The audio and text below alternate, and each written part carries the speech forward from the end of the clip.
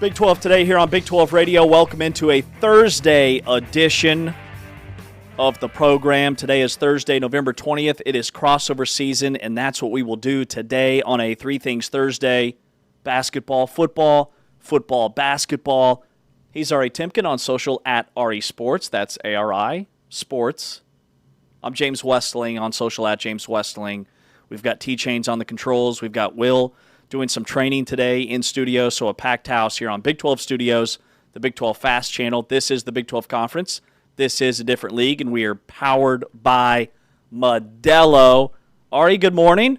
Are you a boxing trainer today? You got the black joggers, black hoodie? Feel like you're like, go get him, Mick. Let's go. Come on. You got it. The boxing gloves on. No, I'm starting to get concerned about you. I know that black is slimming, but you seem to be coming in here every day looking like you're goth. I'm a bit concerned about you, dude. Going for the emo look? Yeah, I can tell. Channeling my inner My Chemical Romance? I mean, we're a few days away from black nail polish and black eyeshadow and everything, I guess. Today is a travel day, Ari. Okay, my suitcase is over there. I got to go straight to the airport. This is my travel fit. Okay, where are we going? Headed to Salt Lake City, Utah. Awesome. We'll be talking with Mike O'Donnell, who's going to be the analyst on that game with me tomorrow, which is BYU men's basketball against Wisconsin. A little matinee afternoon basketball in the Big 12. Starts at 3 Central, 2 o'clock Mountain Time. It was originally going to be an evening tip, but I think the Jazz play at home tomorrow, and they're playing the game in that NBA arena, so they moved it up to the afternoon. Was that like a surprise? Yeah, the Jazz would play in their own venue? Yeah, maybe it's the Jazz, maybe it's a concert. Something's going on that evening. Not sure what it is, but that's the reason the game got moved up. Awesome. Yeah. I love your fit today. You Thank look very stylish. You have been all over the map, wardrobe-wise. Yesterday it was joggers and a multicolored 80s like fitness video polo, and then the day before that it was the dad jeans, which had you all worked up. Today, you look straight out of Yellowstone. Ari's wearing cowboy boots. That's the tweet. Ari has cowboy boots on today. Like Yellowstone meets suburban HOA president. Dallas influencer energy from Ari Timken today. Social media cowboy. I'm here for it. Yeah, there you go. All right, so what's the biggest story from yesterday? Is it fourth-ranked Arizona beating number 3 UConn in UConn's own house? Arizona making a statement. We knew they were good, but to go on the road and beat a UConn team that, by the way, had just taken down BYU last Saturday at the Garden in Boston. I mean, to do that on their home floor, Arizona gets a massive win. Number 4 Arizona, number 3 UConn. Arizona wins it 71-67. That is a statement win. Frankly, that is a house money game. Arizona's an underdog on the road in that game, and that is about as good as it could possibly get for the league. Yeah, a November to remember for the Arizona Wildcats to start this season. I mean, wins over last night UConn and then also Utah Tech and Northern Arizona. I mean, a couple of powerhouses. Just 3 marquee wins this year. Are there any other wins they've had this year so far? UConn, Florida, and UCLA. If you could find me 3 better wins out of 5 games, I'd like to see. They are the number 1 team in the country based on resume. Last week, Purdue flopped Houston for the number 1 spot. This week, Arizona should be taking it because it's impressive. And it's not just winning, it's how they're doing it. You know, one of the things we've talked a lot about was Arizona had the number 1 offense in the Big 12 last year with a very low volume of 3-point shooting. And we talked to Tommy Lloyd a lot about that. You know, he says it's not exactly by design, but they aren't in love or enamored with a 3-point shot like some of these other programs are. In this game last night, Arizona shot 2 of 10 from 3. Meanwhile, UConn hit 8 of 25. So, I mean, they were outscored by 18 points from the 3-point line, but they play bully ball. I mean, they out-rebounded UConn by 20, 43-23. Dominated. UConn had more defense, or rather, Arizona had more defensive rebounds than UConn had rebounds. Arizona was cleaning up the glass in the defensive end, did not allow UConn second-chance opportunities. And they're just a dominant force inside. Like, they win in the paint. They win out rebounding teams when you look at the 3 marquee matchups they've had so far.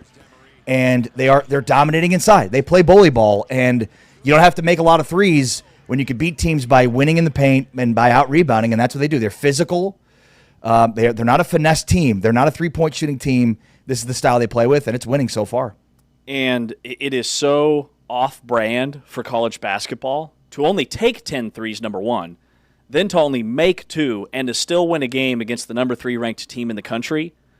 That is historic. Well, I think that's worth focusing on. In an era where we're led to believe that it's only about three-point shooting, Arizona is proving that, no, that's not the case. And look, anytime we've talked about this with Tommy Lloyd, like, that's what he says, right? Like, very matter-of-factly. That it's not just about the three-point shot. Like, we talked to him after their opening season win against Florida, and they shot 2 of 5, and he's like, yeah, we probably need to be shooting more than 5 threes. 10 in this game, 20%. 10's probably a good number for them, and especially, again, when you're getting so many points inside. And I think that's what's significant here is, for some teams, they're built an identity on three-point shooting. Arizona doesn't need to be because of the bully ball style they play with, and it's the antithesis of what most teams think they have to be like in 2025. Very well said. Arizona scored 42 points in the paint. UConn had 24. Arizona grabbed 16 second chance points to UConn's 5. UConn had a 36-game home non-conference winning streak that was snapped last night by Arizona. And their brand of basketball, so I keep going back to 2 plays down the stretch because this game was close. Arizona had a 13-point lead in the second half, and then UConn went on a run and got it tied. It had 10 lead changes. There were 7 ties in the game. They even took the lead 62-60 with about 3:02 left. And Arizona responded in a big way. Koa Pete had a filthy turnaround from around the foul line, which is a makeable shot. Should be a makeable shot for a college basketball player, but nobody shoots from that range. And then with 20 seconds to go, you just saw the clip on Big 12 Studios, Jaden Bradley takes the ball. They clear out the entire right side of the floor, and he charges down the right side of the lane, and he stops. He gets all the way to the low block, and he stops and he turns his back to the basket. That is the Arizona point guard. Not a lot of guys in the country, number one, can do that. Number two, would even attempt to do that. So they clear out the entire side of the floor. The point guard's one-on-one with his back to the basket on the low block. Mouse in the house. Mouse in the house. Couple of drop steps, and it's an easy layup for Jaden Bradley. And that was the dagger, and it came right at the rim. It wasn't a 3, wasn't an 18-footer, didn't have to do it at the foul line. It was a step-through, finger roll, off the glass, money. 3s are worth more, but layups are fun. And easy. It's the same thing I teach my 10-year-old. Yeah, long-distance shots are cool. They look cool. But take the easiest shot in the game. And that's what Bradley did, and that's what Arizona does. And, Arizona's 5-0. Again, any one of their 3 wins would be incredible after 5 games, but they have 3 of them. And we talked about the importance of these wins in the non-conference and what that means big picture for the Big 12, because once you get into conference play, you obviously cannot improve your standing because you're just playing your conference. So these wins out of conference are hugely impactful from a quad 1, quad 2 win perspective as you try to build up resumes towards the end of the year. Kansas has not done a good job in trying to build up those quad 1, quad 2 resume wins for conference play. Basically what it is by the time you get to January, everything's set in terms of which games are quad 1 and which games are quad 2 from the standpoint of what you did in the non-conference from a conference standpoint. So piling up these wins are huge for Arizona to start 5-0, but also huge for the conference overall. So Arizona became, with that win, the 3rd team in AP poll history with multiple wins over top 3 opponents in its first 5 games. Because you mentioned this earlier, they'd already beaten UCLA, but they'd also beaten number 3 Florida, and then they beat UConn, who was number 3 last night. Only 3 teams ever in the history of college basketball have had 2 wins over top 3 opponents in their first 5 games. Nobody has started this hot. Only 2 other times in college basketball history.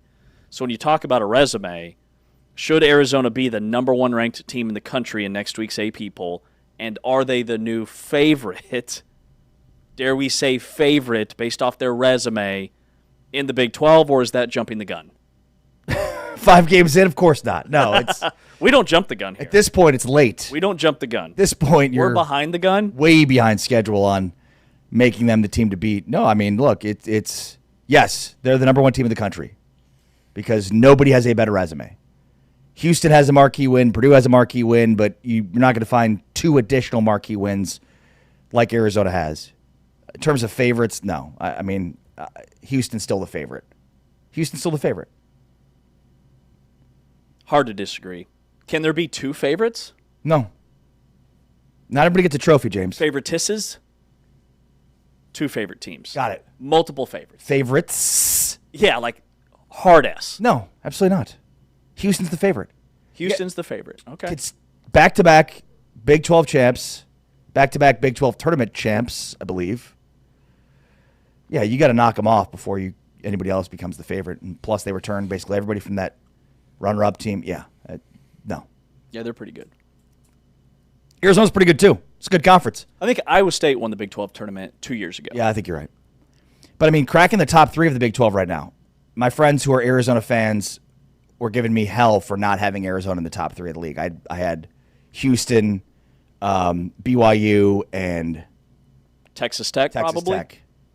So I'm probably sliding Arizona into that 2 slot right now. Well, I mean, nobody knew just how good Koa Pete is. Okay, he had 16 points and 12 rebounds. Nobody knew how good Jaden Bradley is. Which is weird because he was good last year. He was good, but you're right. He's taken his game to a whole nother level. Yeah. I mean, he is a scoring point guard. And last year they didn't ask him to do that because he was paired up with Caleb Love, and Caleb Love needed a lot of volume of shots to get his points. And he was kind of their gamer, their closer, their go-to guy. And Jaden Bradley took a shotgun seat. This year, he is the man in the backcourt. All right, on a 3 Things Thursday, that's a quick recap of Arizona's massive win over UConn at UConn. Ends a 36-game non-conference home winning streak for the Huskies. On a 3 Things Thursday, the other note that I have is that Oklahoma State might be closing in on their football coach, and we talked about this a little bit yesterday, but Alex Golesh, where there's smoke, there's fire, and there has been so much smoke over the last 24 hours. And it's weird because I didn't think initially, Oklahoma State could get Alex Golesh because, I mean, he was being listed as the top candidate for every job in America with the way they started off in the non-conference, and then they were 9-1 before they lost last weekend. And now, because of that loss to Navy, it's like everybody's backed off, and he might slip through the cracks to Oklahoma State. There is actually a little tiny tie between Alex Golesh and Oklahoma State, and that is that he was actually a grad assistant at Oklahoma State back in 2008. So very early on in his career, he spent a season at Oklahoma State. And he's familiar with the league because he was the tight ends coach and the recruiting coordinator at Iowa State from 2016 to 2019. Iowa State had a really strong tight end room. They were kind of elevating offensively, and then his career just took off. So he's very familiar with the Big 12. I think he was seen initially as an SEC guy because he spent so much time and really cut his teeth as an offensive coordinator calling plays for Tennessee, and that's kind of where he blew up. But he's got experience in the Big 12. Yeah, and I mean, also the red hair is a huge advantage for Oklahoma State, you know? I mean, it pairs beautifully with the black and orange. So they're 7-3 right now. He went 7-6 in 24 and 7-6 in 23. Also, by the way, Golesh was the tight ends coach at Iowa State under Matt Campbell for multiple years, including when Charlie Kolar was there. Yeah, 2016 to 2019. You could argue that there's no better time to be a tight end at Iowa State during that period of time. So, yeah, I mean, look, there's a handful of guys that you got to feel good about Oklahoma State hiring. You know, I mean, I certainly would lobby for Eric Morris or Jeff Traylor or Colin Klein, but I don't think you're going wrong here with the guy in Alex Golesh that's, you know, built the program back at South Florida that was down for a long time. I mean, Jim Leavitt, when they launched this program, you know, had them as one of the top G5 programs in the country, and you know, since then, UCF kind of became the top dog in that area, in that same vein, and got themselves to the Big 12. And now USF has been built back up by Golish, so it seems like it would be a great hire. And so what you mentioned Golish, but what is it that you saw that makes you believe that this is inevitable? Oh, I was talking to our guys from the 1012 podcast last night, and then social media links to, I think it's Pokes Report or whatever their On3 affiliate is. Well, Pokes Report is Robert Allen, who's their sideline reporter, who's got pretty good information. Okay. It's unaffiliated. Is Pokes Report reporting it? They've been tracking the whole thing. It's not a done deal, but it sounds like he's the top candidate, and that they think it's going to be him when they make their announcement here in a week or two. Also, Alex Golish had to cancel and will no longer be on air with us today. What does that mean? That's from 95.3 WDAE, AM 620 in Tampa. Yeah, that was his weekly coaches show that he canceled this week. I don't know if that's a big thing or not. I don't know how often coaches are canceling their radio show appearances. It is the Alex Golish coaches show. It's his show that he did not do this week for South Florida. Jim Leavitt, man, that's a guy that had a fall from grace. Big time. Big time. He got arrested back in September. The ex-South Florida football coach. All right, he's Ari Timken. I'm James Westling. It is a Three Things Thursday. Arizona takes down UConn last night at Gamble. Is Arizona the best team in the Big 12? They certainly have the best resume. And Alex Golish might be the next coach at Oklahoma State. What would that mean for the league? It'd be big for the Pokes. Coming up next, Mike O'Donnell, college basketball analyst for CBS and NBC Sports. He's on the call of Wisconsin and BYU tomorrow in Salt Lake City. We'll talk more college basketball with Mike coming up around the corner. This is Big 12 Radio, brought to you, the Full-Time Fan, by Modelo, exclusively on TuneIn.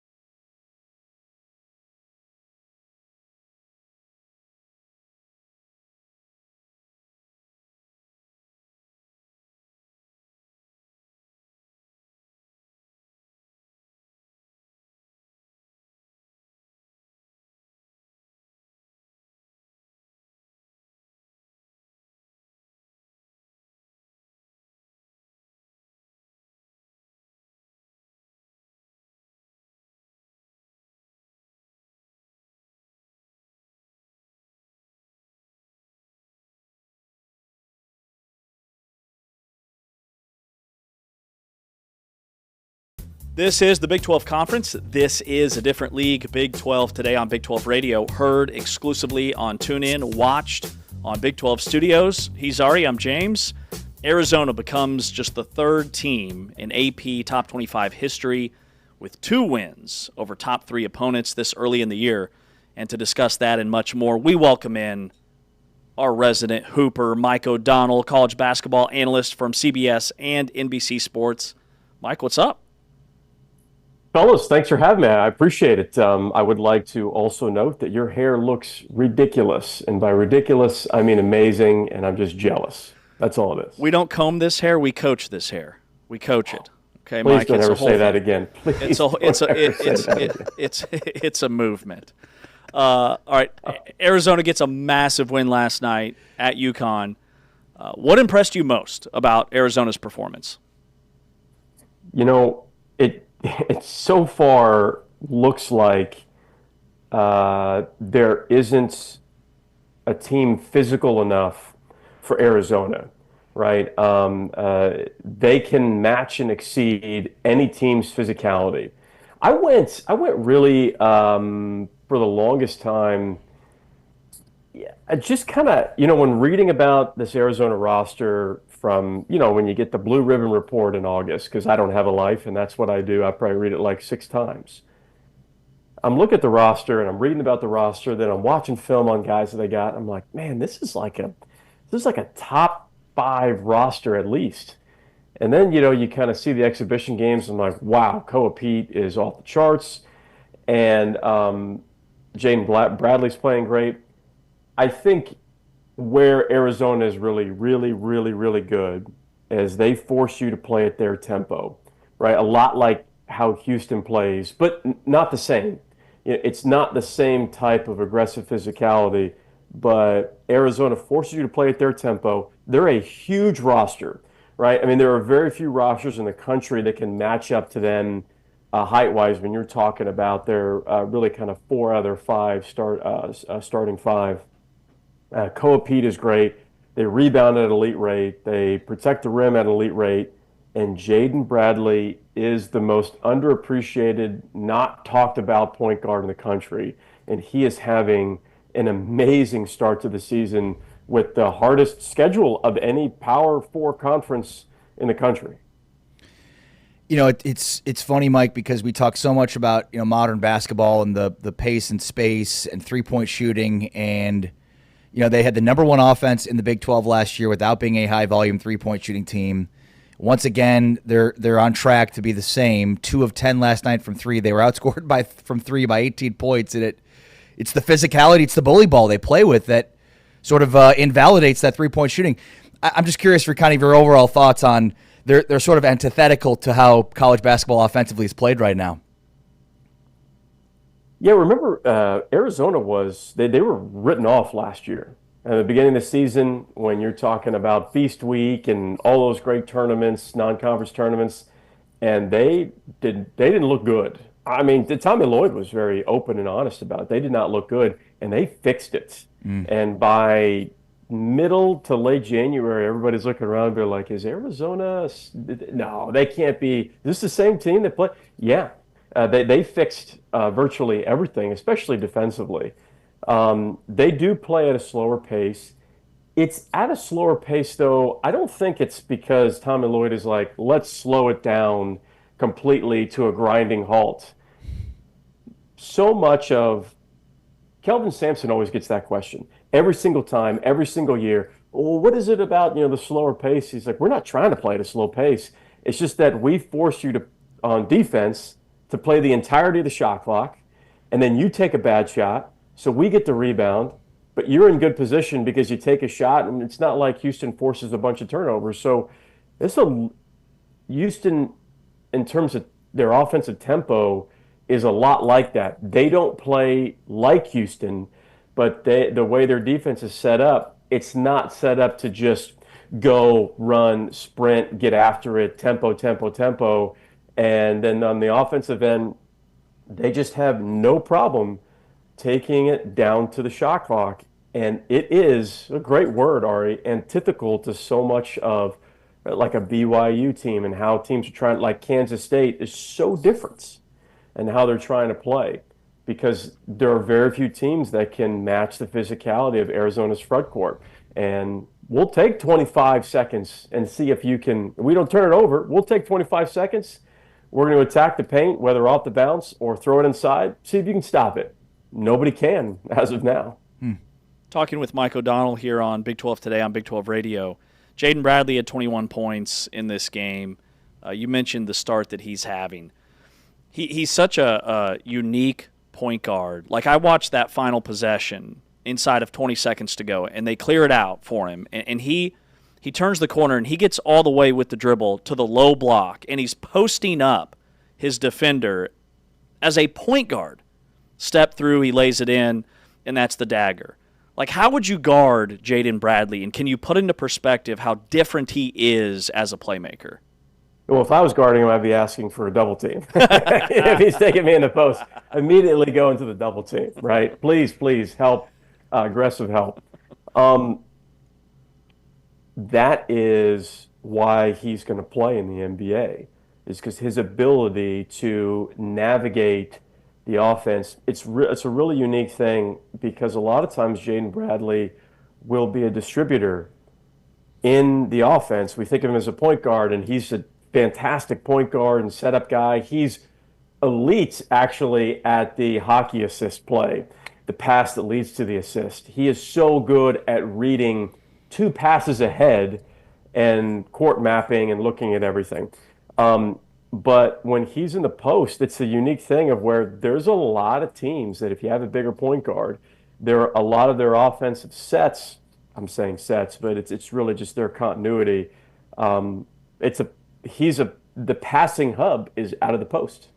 And with Jaden Bradley, and as a defender, you're like, I'm not supposed to have my back to the ball, but I don't have a choice to have my back to the ball because you got Del Orso is a 3-point shooter out on the wing, and Jaden Bradley's in the post. What am I supposed to do? And so they do a really good job of evening out the athleticism of really athletic teams, of creating uncertain athletes. Like that one hesitation, should I have my back turned? But what about Del Orso on the opposite side? So it creates a lot of uncertainty, which then creates hesitation. And then that's where Bradley can just pick guys apart. And he can post up smaller guards, and he's quicker to go by wings and forwards that try to get switched out on him. He is, I think, the best way I can describe him, because what he does is not necessarily, there's nothing flashy, right? That's a cliche thing of when we describe players that are really fundamentally sound, and he is. But he's a bigger version of Jamal Shed. Of when you look at how Jamal Shed played, very physical, aggressive, yet under control, can take his time, attack when he needs to, tough shot maker, great passer, and Jamal Shed was an All-American. I don't think it's out of the question to have that conversation about Jaden Bradley right now. Love talking all things Big 12 hoops with Mike O'Donnell. You know, I'm curious, Mike, as a upset Kansas fan through 5 games. Yeah, I watched David Coit, who played for KU last year, score 41 last night for Maryland. He didn't seem to be able to get his 3-point shot to fall for Kansas last year. AJ Storrs averaging 14 points for Ole Miss to start this year. What's with Kansas getting guys to come in and not be able to shoot or contribute, and then they leave and go elsewhere and they're able to contribute? Well, here's what I would say, and I'm going to say this in the nicest and most respectful way possible, Ari, because this is an opportunity to take a jab at you. I love it. I respectfully have a slightly more intelligence level than you in terms of the game of basketball. Slightly. And I'm only saying that because we're brothers and I love you to death. And Bill Self knows 6,000 times more about the game than I do. So yes. I get it. And a million times more than me, for sure. But it's not one of the hardest things to explain about basketball, and I'm saying that not in a chauvinistic way at all, and I promise you, when you go from one system to another system, sometimes for certain guys, the light just switches. And when you have a guy that goes from one system to another system, and you can, okay, just go, just play. one of the perfect examples of that is Keyshawn Hall, of when he transferred from George Mason. He was good at George Mason, and he averaged about 15 a game at George Mason, was really good. And then he goes to UCF, and he leads the Big 12 in scoring. How is that possible? Right. Right? And so a lot of it is system and then the pieces around you. So what's wrong with Kansas's system? No, I don't think there's anything wrong with Kansas' system. I just think it's just difference. I think the difference is you've got an All-American point guard in DeJuan Harris, and you've got an All-American Hunter Dickinson, who demanded the ball, and rightfully so. It's just a different system. Totally. I think if you were Bill Self and you're like, man, he dropped 41, where was that last season? Did he just completely change the entire game? No. Did Coit actually probably change his game in some capacity and worked on his game? Of course, I hope so, for his sake.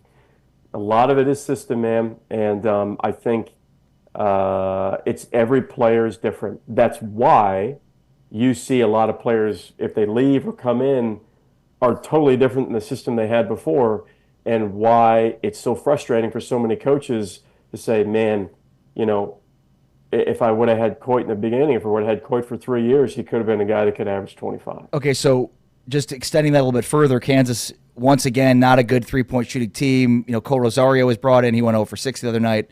I'm trying not to be too overreactive, but I know I am being. Why does it feel like Kansas' system is not built for three-point shooting? And when you get a guy like Peterson back, isn't it best to have a bunch of three-point shooters around him to create some space for him to drive? Well, Peterson is the best thing about his game is when you hear these player comps of like he's the best shooting guard since Kobe Bryant. It's because he might be the best guard in the country at making shots off the bounce. At least, at a minimum, he's the best freshman in the country at making shots off the bounce. And you are able to make shots off the bounce if you have a really good presence at the rim. And so I actually think Flory Badunga and his ability to be a vacuum and take up space in the interior, because you don't want to give up the lob. You don't want to give up, especially on the roll. You don't want him in ISO on a smaller post because he's just going to go over the top and dunk through your soul, because that's what Badunga does. Well, man, that gives a lot of breathing room for Peterson.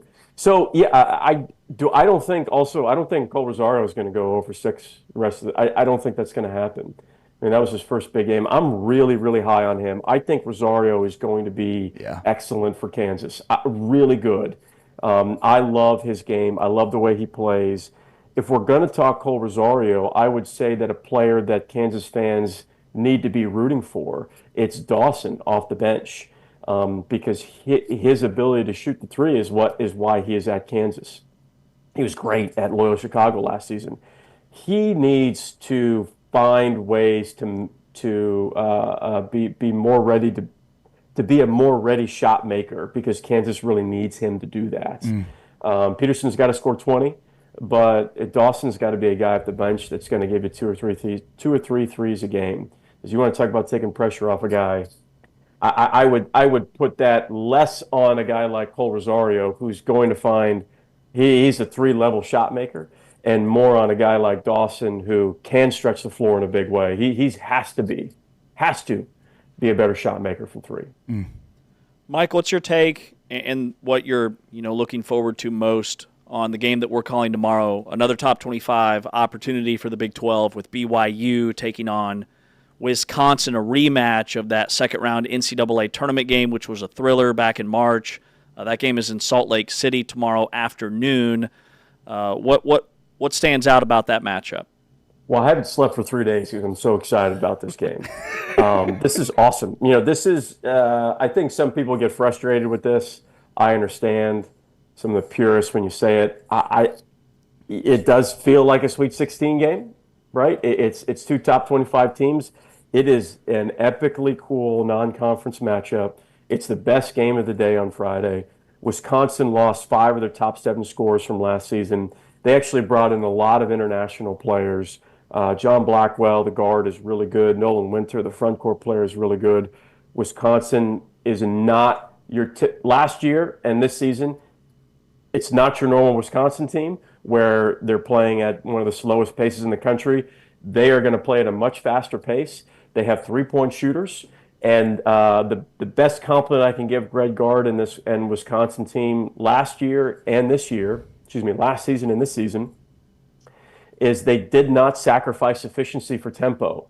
They were top 15 in the country in KenPom for offensive efficiency, and they were also, they were top 30 in the country in tempo. Excuse me, not top 30, but they were like top 50 in the country in tempo. Wisconsin, they're playing faster, not as fast as last season. But that's because they have so many new pieces. But they're still one of the most efficient teams in the country. They're big. They rebound well. They don't turn the ball over. Neither team, you and I are in for an offensive treat because neither team turns the ball over at all. Both teams are elite at taking care of the basketball. BYU, I don't know if Keita is going to play, which is just such a huge, I use the term X factor. It's not that he's an X factor. It's just that roster piece against Wisconsin. We're going to be talking about it. If he plays, if he doesn't play, we're going to be talking about why Keita is so important because of the size of Wisconsin. And he's such an important piece, and he's so good, which means that A.J. DeBonsa is going to have to be asked to play bigger than maybe what he wants to if Keita is out. So what does that do from the usage rate for DeBonsa on the opposite end of the floor? Is Kevin Young going to be able to hide him a little bit? This is a big game for Richie Saunders. Really, really, really big game from a three-point shot-making standpoint. Because when Richie Saunders is making threes, which he didn't against UConn, still had a really good game, just could not, just off from three. His threes feel heavy because he's a guy that that can just knife through the defense and attack and get to the free throw line. He's a lead free throw shooter. And when he makes a three as a defender, you're like, oh my gosh. And it's just exhausting. They feel heavier than any other BYU player.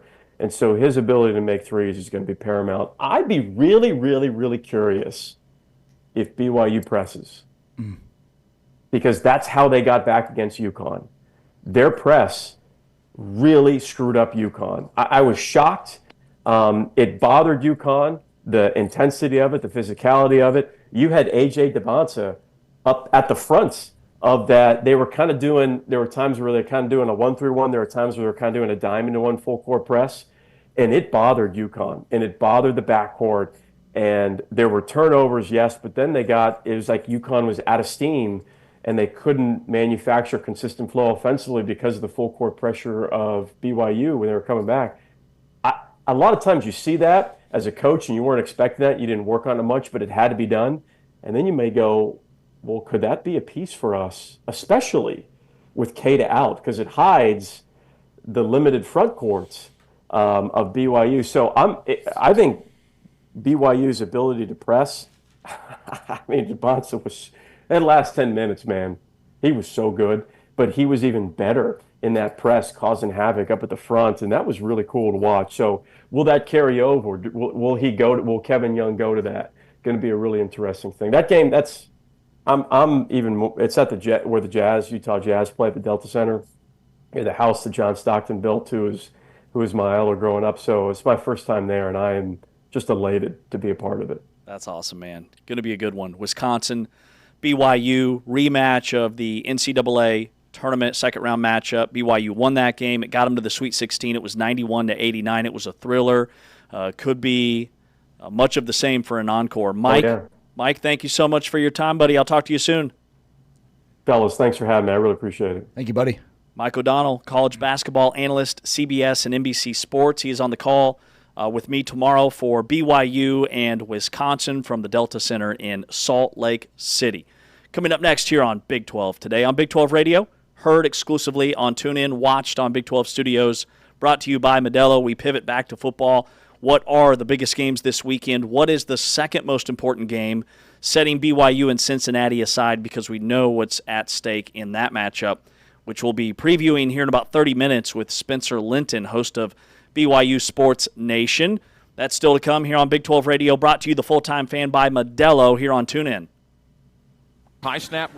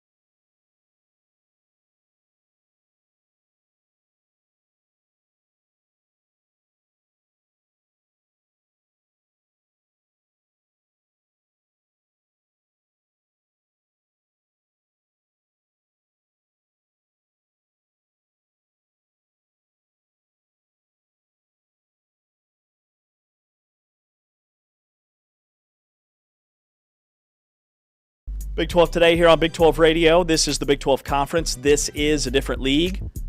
We are heard exclusively on TuneIn, where our Big 12 Game of the Week features two this Saturday. Baylor at Arizona at noon, and then BYU at Cincinnati, the nightcap at 7 o'clock. You're watching us on the Big 12 Fast channel, Big 12 Studios via your Roku device, Amazon Prime, DirecTV, YouTube, and more. Here is the Week 13 slate. We've got Kansas and Iowa State at noon Eastern. We also have Arizona and Baylor. We've got TCU and Houston this weekend. We've got Kansas State and Utah. The afternoon games are TCU and Houston, K-State and Utah, Baylor and Arizona, Oklahoma State and UCF on ESPN+. And then at night, we've got BYU and Cincinnati on Fox at 8 Eastern, Arizona State and Colorado on ESPN2 at 8 Eastern. So if BYU and Cincinnati is the biggest game and the most important game this weekend in the conference, Ari Timken, what is the second most important game in the league this Saturday? Yeah, I mean, I would say either the Houston-TCU game or the Arizona State-Colorado game. And only from the standpoint of, do I think that Colorado is going to be able to hang with Arizona State? No, but it is a game at Folsom Field. But you've got two teams now that are ranked in the top 25 of the college ball playoff rankings in Houston and Arizona State. If they continue to move up in those rankings, those wins that Big 12 teams have against them will look even better. Utah has a win over Arizona State. BYU hasn't played Utah, or rather hasn't played Houston or Arizona State, but Texas Tech has lost Arizona State. So I would say I'll go with Houston-TCU because that's the harder one. I don't expect Colorado to provide much resistance, but who knows? It is Jeff Sims, who's been up and down in his career. But I think those two you could pinpoint by saying they continue to win, they'll continue to move up. Kansas and Iowa State is probably KU's best chance to make a bowl game. There's no probably about it. Because next weekend is Utah. In Lawrence? Or in Lawrence. Okay. But it's still Utah. They're a machine. And could be Utah with a win and potentially getting into the Big 12 championship. So that they're, all hands on deck sort of thing. Total focus for that game. So, yeah, I mean, your point's well stated. This is the game that Kansas can get to bowl eligibility. And I think they've had 4 cracks at it here after getting their 5th win against Oklahoma State. So it would be a huge disappointment for Kansas to not finish this thing off. How do you think Jalen Daniels handles these next 2 games? I mean, I look at this matchup with Iowa State, and I see a depleted Iowa State secondary. Jalen Daniels should go off in this game. Iowa State's favored by 4.5. I think Kansas covers and maybe wins this game outright. Remember, Iowa State and KU, was it last year that KU destroyed Iowa State? Late in the season, that was one of their 3 top 25 wins that they had in a row. The other game that I think is really intriguing is Baylor and Arizona. Like, if Arizona wins this game, they're 8-3 in year 2 under Brent Brennan, and Baylor's 5-6, and maybe the shoe drops, the hammer drops on Dave Aranda. Well, and that sets up a huge matchup with Arizona and Arizona State. It feels like when they've played in recent history, it's been one good team and one bad team. And there's been a few examples of 2 bad teams, but I don't know the last time these 2 teams played as both fringe top 25 teams. I think to your point, if Arizona wins, and that may be the second biggest one, they might find themselves in the top 25, which sets up a top 25 matchup for Arizona and Arizona State the following week to finish off the season. On the Kansas side of things, I think the biggest disappointment for me has been the lack of weapons around Daniels this year. I think in years past, they've just had a great receiving core, and Emmanuel Henderson's been good. He's been the go-to guy, but it feels like they just haven't developed a tight end, haven't really developed weapons aside from Emmanuel Henderson. And when I look at what TCU wasn't able to do against Iowa State offensively, I don't know. I mean, yes, Iowa State has had not much success in defending the pass since they've lost their top 2 corners, but maybe they found something against TCU that they can carry over. I'm more willing to buy that than I was Baylor having found something against UCF. It seemed like that was the anomaly, even though we were willing to at least think that it could be an opportunity for Baylor to take a step forward. And then obviously we saw they gave up 50-some-odd points to the opponent last week. So I'm buying it more with Iowa State. It's a tough road game anytime you play at Jack Trice. And, it's a big week for Kansas for sure. But I don't know that it's the second biggest game in the conference overall, because I think you've got bigger games with bigger stakes in terms of the college football playoff rankings, which mean a ton for the ability for this league to get multiple bids. Right. In terms of Dave Aranda and his future, he hasn't really addressed that, but he did say, what do you want him to say? Right. I'm out. I'm going to be out. So things aren't looking good for me, guys. Back off. Here's what he said. So he was asked about making a bowl game, and this is what he said about Baylor's veteran leadership as they strive for that 6th win. There's been, whether it was Saturday night or, well, let's use an example of Saturday night. So we had commitment time Saturday night. And so for all the stuff that sucks, for certain guys it sucks even more. And so if they were late to a class or missed a class, then there's study hall Saturday night. And it goes from really right after the game to 2 a.m. And so doubles suck, you know? And so our leaders were guys who were making sure they were there. And so they were making sure, hey, you're not, everyone feels like this, but you're going. And so it's been that way. It'll continue to be that way. I think as far as moving forward to next week or this week, I think it's showing up, making the decision to bring the right type of energy and focus and mindset, and then getting guys to match them and calling them out. And I count that our guys are going to do that. Doubles suck. can I make a prediction here? Dave Aranda is going to be the defensive coordinator at LSU next year. Back at LSU. Yeah. DC. Yeah. He was very good there. He is a very good defensive coordinator. I think he's way in over his head as the head coach. I think he gets way too lost in the minutia. I don't think he's a CEO coach, which is something you need in this day and age. I think as things have gotten tighter on him, he dives further and further into the minutia, and I think it should go the opposite. Mm-hmm. You know, this is the part of the job I really don't like because you meet these guys, you get a sense of them, you become fans of them as people. Dave Aranda's a good dude, great family man, great family, so it's tough to be critical. I mean, I feel the same way about Lance Leipold. I mean, I'm very critical of Lance Leipold, but I love the guy, and he helped to lift up Kansas from the doldrums of where they were, but that's just part of this job. I think it's clear that Aranda is in over his head as the head coach, and he has not focused on the right things, again, when push comes to shove. He needed probably to double down on removing himself from the minutia, and I think as things have gotten tighter, he's gotten further and further into it. He's trying to do whatever he can, push the right buttons to try to keep this thing rolling, but I have a pretty good sense that he has a sense that this thing is over. I mean, you talk to coaches that have been fired, and most have, they know. Yeah. They know. Right. So even when we are like, I don't know, and by the way, I'm pretty sure of it too, without having any knowledge of it. It's just obvious. Just look at the most important pain points here, and it's obvious. And then, and then you say nothing about the fact that there will most likely be a new athletic director that will most likely want to hire their own coach. Mm-hmm. So, we'll see if Baylor can get to a bowl game, and my guess is they'll have an interim head coach for that bowl game. He's been there 5 full seasons, and he was there a 6th year during the COVID year in which he went 2-7. So his win-loss record at Baylor is 36-35. And took a Matt Rule. Had a 12-2 season, a Sugar Bowl win in there too. And that feels like that was just a team that was ready to explode. It was Matt Rule's talent. And he just has, for whatever reason, especially on defense, that defense was salty. Mm-hmm. Jalen Petrie and Terrell Bernard, these are legitimate NFL stars that, at the time are like, these guys are really good. Yeah, they were, as it turns out.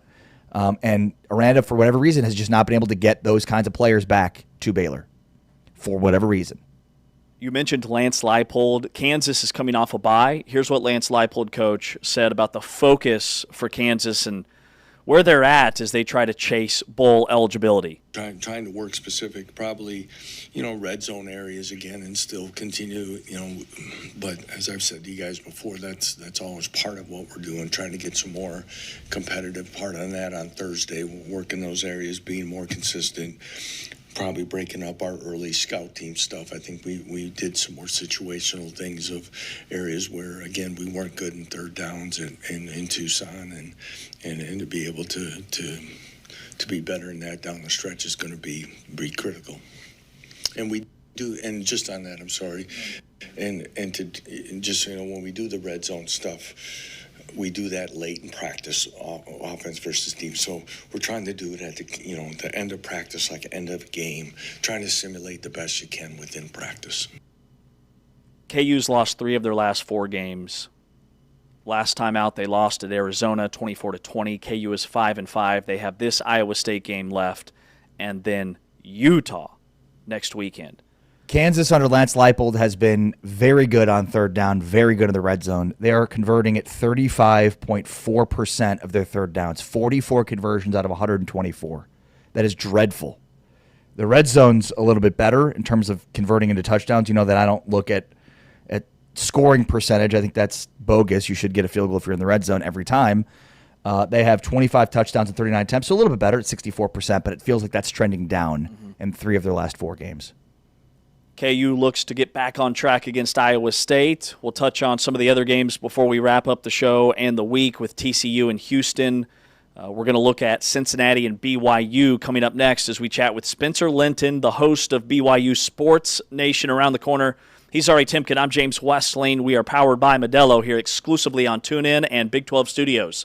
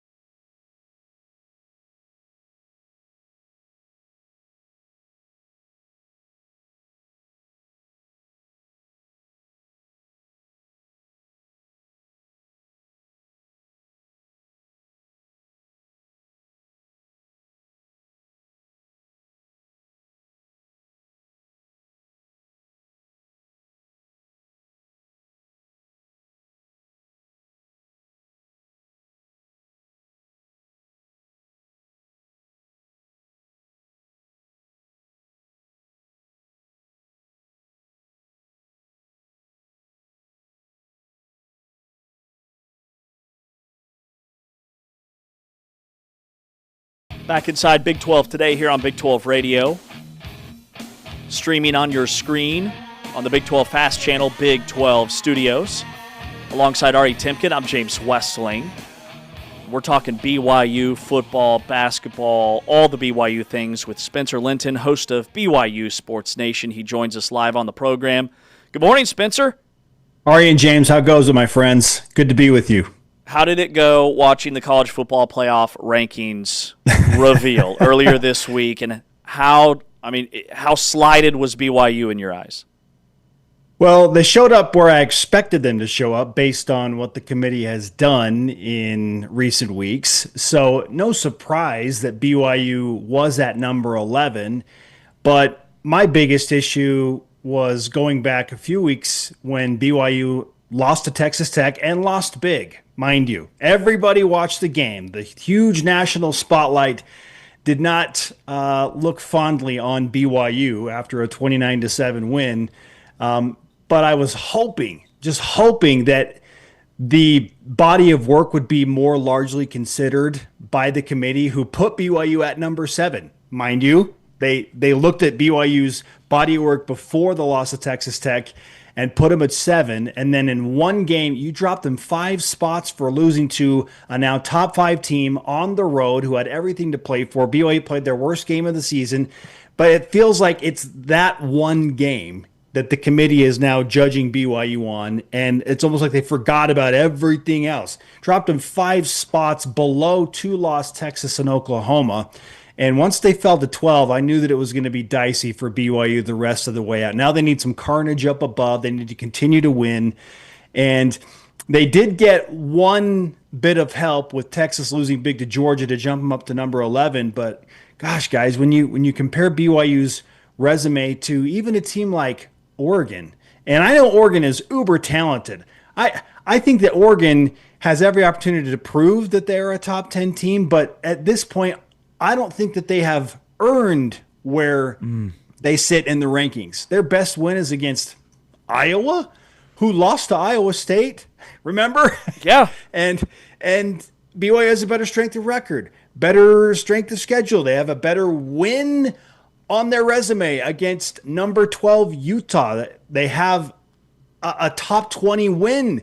Oregon does not. So Oregon can go out and prove it against USC and Washington in the final 2 weeks, and if they do and they win handily, then yeah, they deserve to be at number 7 or maybe a little bit higher. But right now, I don't think they've earned it. I feel like BYU has done more on paper to date than a team like that. So that's kind of where my initial reaction was, and my initial feelings sit in the moment with the Cougars at number 11. Yeah, I mean, Notre Dame too, right? I mean, Notre Dame, they're like one of their best wins, quote unquote, is against Pitt, who, lost to West Virginia. So, I mean, I think you can make the case for BYU over both Notre Dame and Oregon, but I think, the metric that maybe wins the day is that, talent piece, which, why are you even playing the game, Spencer? Just put the 12 most talented teams in a field and have them play. It seems foolish. They just aren't consistent based on the comments that are made by Hunter Yurchek and other members of the committee. It's just not a consistent model for valuing teams, and that makes them sound to a degree like they're disingenuous and in some capacities just not truly watching each of these teams that they're evaluating. I mean, when I hear things like, really you have to consider Oregon and what they did against Penn State. I know Penn State's not what they used to be, but Penn State we feel is still a tough place to play and a good team. It's like, wait a second. You're now defending a team like Oregon for beating Penn State, but then you say for BYU that wins against Iowa State and TCU are not as good as they once looked. It's the same argument that you're using as a bonus for a team like Oregon. And then, my favorite was, Penn State showed that they're still good because you just saw a few weeks ago when they had to score, or Indiana had to score a late touchdown in Happy Valley to survive that game. So Penn State showed us that they're still a good team. Oh my goodness, really? We're using transitive properties and hypothetical wins and close close games that they have played. Get out of here with that. If you're going to do that, then you need to value what BYU has done as well and not view the Cougars through this lens of, well, gosh, they just looked so bad against Texas Tech. Forget what else they've done. They just looked really bad against Texas Tech when the brightest lights were on. Let's play the game on a neutral site let's give BYU the benefit of the doubt. If they played that game in Provo, you telling me, guys, that BYU wouldn't look better if they played that game in Provo with Texas Tech having to come to LaVell Edwards Stadium and deal with the emotion there? I'm not saying BYU wins the game, but location matters a lot.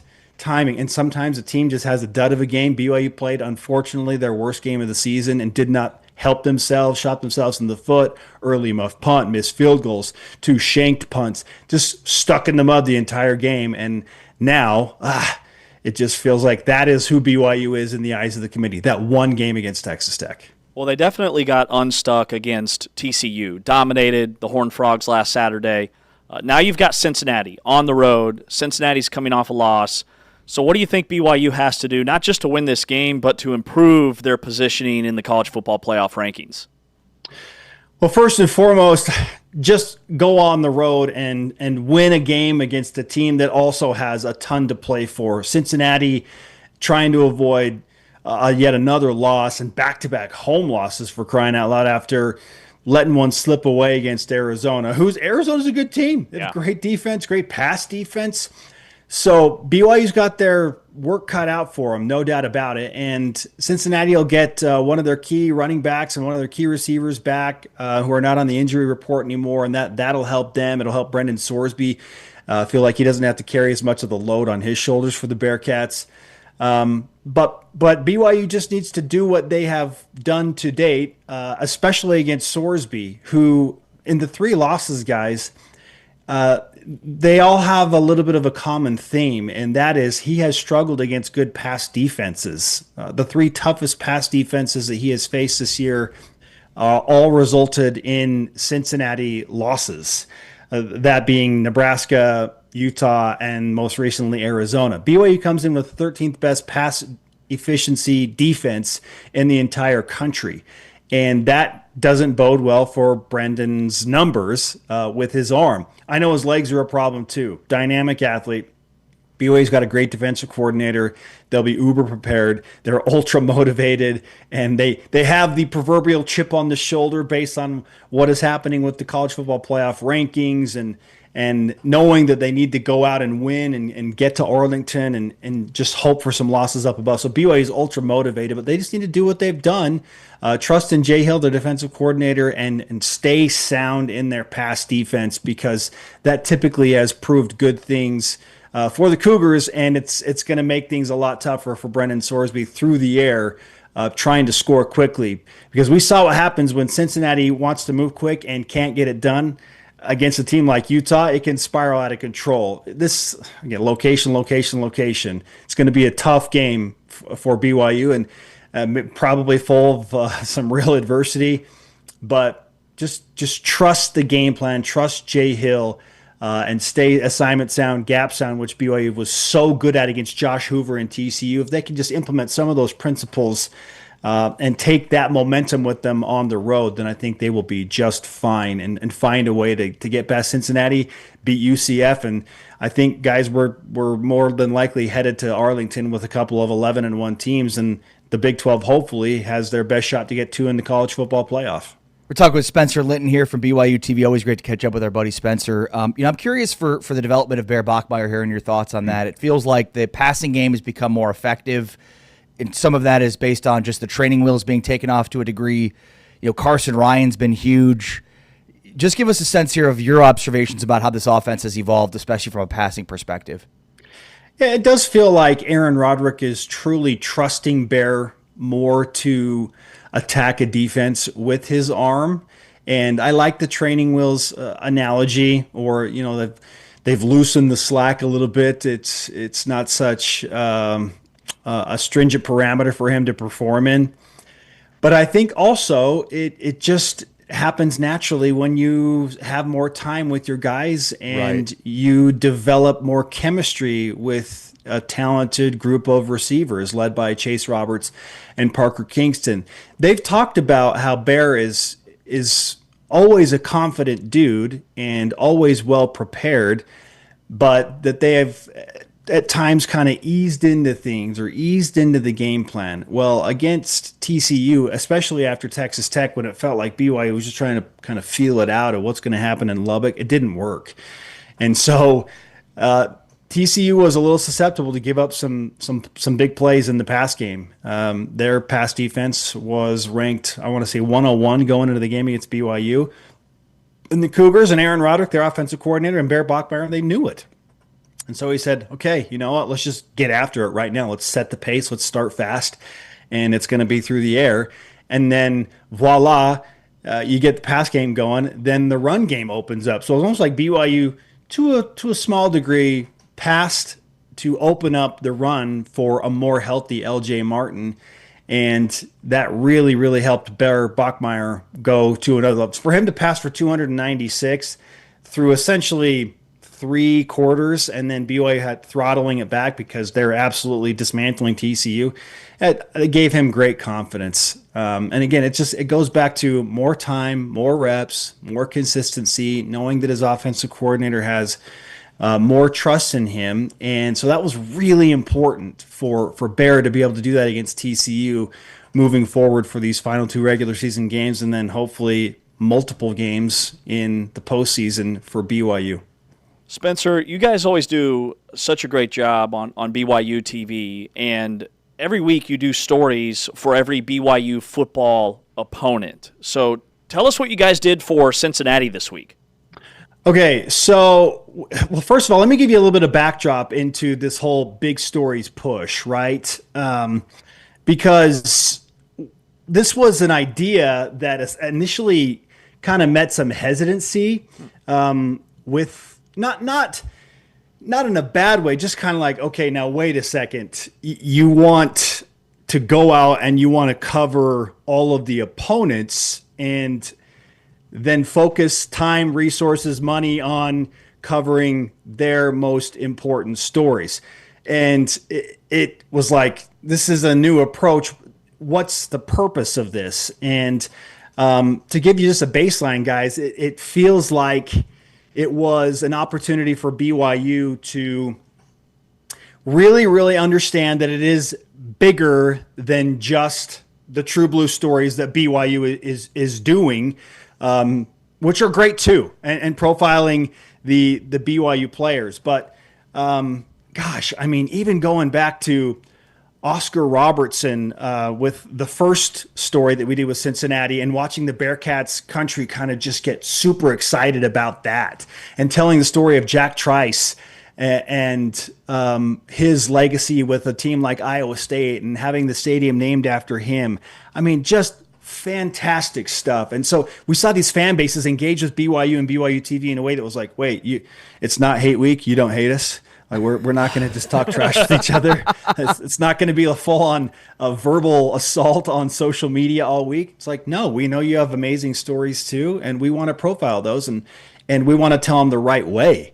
And gosh, the Bill Snyder story with Kansas State, what that did for that fan base, in opening up BYU TV and saying, yeah, we can collaborate on this and be respectful of each other and tell great stories and connect within the conference. Now, obviously, you want to beat each other's teams on the football field, but it just felt like this great bond of sportsmanship and understanding, and it's been a great icebreaker for BYU moving into the Big 12 Conference and saying, hey, we care about you, we care about your stories, and we want this competition thing to be done the right way. Now, that's a long way of getting to asking about this week's story with Cincinnati, you guys, but it deals with a UFC champion, Rich Franklin. And when I first heard, I was like, wait a second, we're doing a story on a UFC champ from Cincinnati. What is this all about? And simply, it comes down to, you guys, one of the Bearcats alums seeing God's hand guide him throughout his life and his journeys as an educator and now a 3-time UFC middleweight champion, and how these powers of faith and hard work and education all kind of combine to tell an unbelievable story. They're all available on BYU TV's YouTube channel. In fact, you just go to YouTube and type in Big Stories BYU TV. You'll find all of them. The most recent will be listed there, as I mentioned, with Cincinnati's alum Rich Franklin. But just you can get lost in great stories, and that's that's when you spend a lot of time and you really invest. It merits you good things. So we're super excited about this one. I appreciate the question. Yeah, I mean, Spencer's downplaying a little bit. These are incredible productions. I've been able to watch multiples of them, and they're so well done. It is, to me, it says everything about who BYU is, the culture of BYU, the people at BYU, in spending the time, the money, the effort to tell these stories about BYU's opponents and unveil the Big 12 and all of the great stories across the Big 12. It's really incredible work, and I just can't thank you guys enough for what you're doing. And then I'd also urge people to download the BYU TV app and not just go to YouTube, because, as we've talked before, like, plenty of great shows and movies and kids' movies, and including these as well. So, yeah, I mean, Spencer, you guys do incredible work. Spencer, you know how I feel about you and all the great work you do, but you could brag on yourself a little bit, man. You guys are killing it, and this is amazing. We're trying, man. We really are. And I appreciate the plug for the BYU TV app, too. It's probably a little easier to navigate there. So thanks for pointing that out as well. And it just, I don't take it for granted what we get to do. And working with you guys and being a part of the Big 12 conference, and BYU having the context of a Power 4 conference has really kind of pushed us to go to new heights and look for opportunities to work with incredible fan bases across the country, and to be with guys and folks like you at the conference who care a lot about the perception of this conference and how teams like BYU are reviewed from a national standpoint. And I know that we all kind of want to complain and get in our echo chamber and be frustrated with the rankings at times and things like that. But ultimately, sports are cool, man. Sports, they generate some incredible stories and show us the best of humanity in so many ways. And I think we get so lost in social media at times with what I like to call the lunatic fringe 10%ers of certain fan bases out there, and they're the loudest or whatever. But the majority of people, I believe, that are consuming these games and rooting for these teams are good people and to the core, and they want good stories. And so we're just trying to add a little bit more good into the world. You're doing a great job, Spencer. Man, it's incredible stuff, and we appreciate your time this morning. Have a great couple of days before the big matchup, BYU and Cincinnati, and we'll touch base soon. You got it, guys. In the words of Bill Belichick, we're on to Cincinnati. Well said, buddy. Spencer Linton, host of BYU Sports Nation, BYU TV, joining us to talk all things BYU. What a year, what a run for BYU the last 2 seasons in the Big 12 on the gridiron. Coming up next, we'll further dive into this BYU-Cincinnati matchup, also take a look at the player availability report, some big names on the injury report across the Big 12. He's Ari, I'm James. This is Big 12 Radio, heard on TuneIn, watched on Big 12 Studios.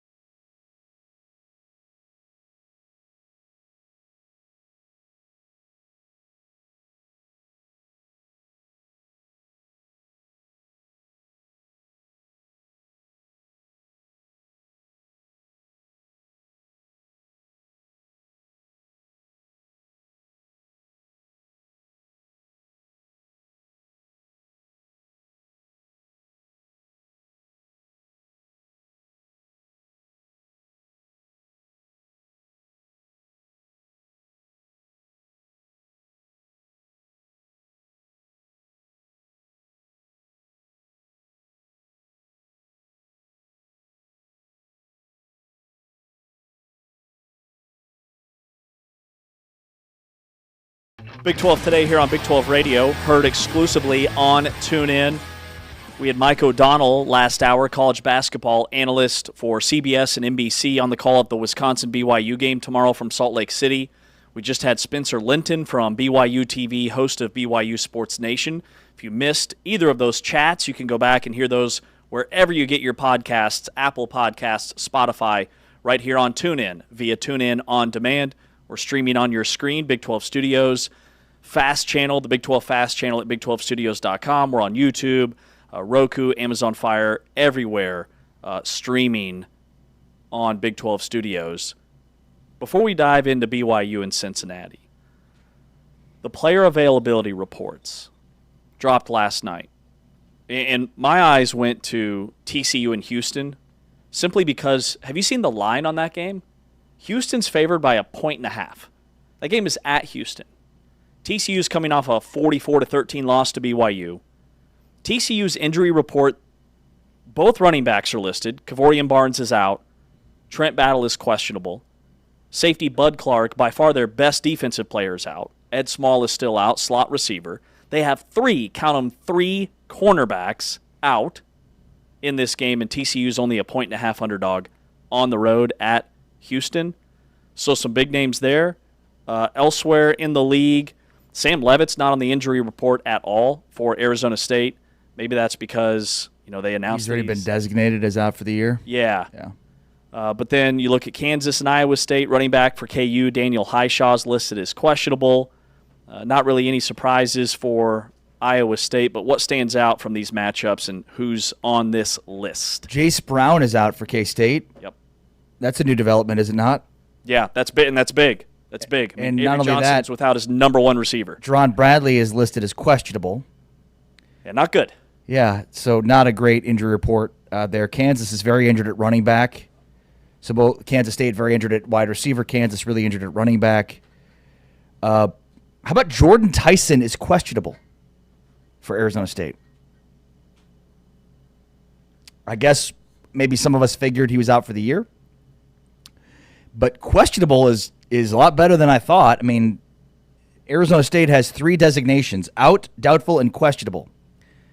So Jordan Tyson being questionable is very interesting. And it certainly seems like they can get him back before the end of the year. Arizona State has 3 more games, including the game on Saturday. So, yeah, that one's pretty wild, too, because what a huge boost that would be for Jeff Sims to get back an NFL-type receiver. So, yeah, those are the ones that stand out to me. Biggest surprises would be Jace Brown being out and Jordan Tyson being questionable. I mean, it's amazing. If you had told me watching Arizona State last year and that run that they had, that Cam Scadaboo, Sam Levitt, and Jordan Tyson would all be out next season, never in a million years would I say that team would be 5-2 in league and 7-3. Yeah. It's incredible. Truly. BYU and Cincinnati, some good news there for the Bearcats. Probable is quarterback Brendan Sorsby. He's going to play. But also running back Evan Pryor is expected to be back. He's their lightning bolt, their home run hitting tailback that they pair with Tawi Walker. And then wide receiver Caleb Goody's not listed at all on the injury report. He's their kind of vertical threat that averages almost 20 yards per catch. Jake Gaudet, the linebackers, probable in this game. They only have 2 guys listed as questionable. And then it's a light load for BYU as well. Both teams look to be as healthy as they've been in a long time in this marquee matchup. Yeah, Pryor missed the last 2 games, so this could be a huge opportunity for Cincinnati to try to get their running game back on track. When Cincinnati was, at the top of the Big 12 earlier this season, they had the best rushing attack in the Big 12, and I think the injuries that Evan Pryor and Walker too, they've been kind of in on the lineup. It feels like all year that's played a significant role. Like Walker's thunder and Pryor is lightning, and it just their running game has not translated as well without Evan Pryor, especially these last 2 weeks. BYU and Cincinnati this weekend. BYU's favored, but it's a small number. I think it's 2.5 that BYU's favored on the road at Cincinnati.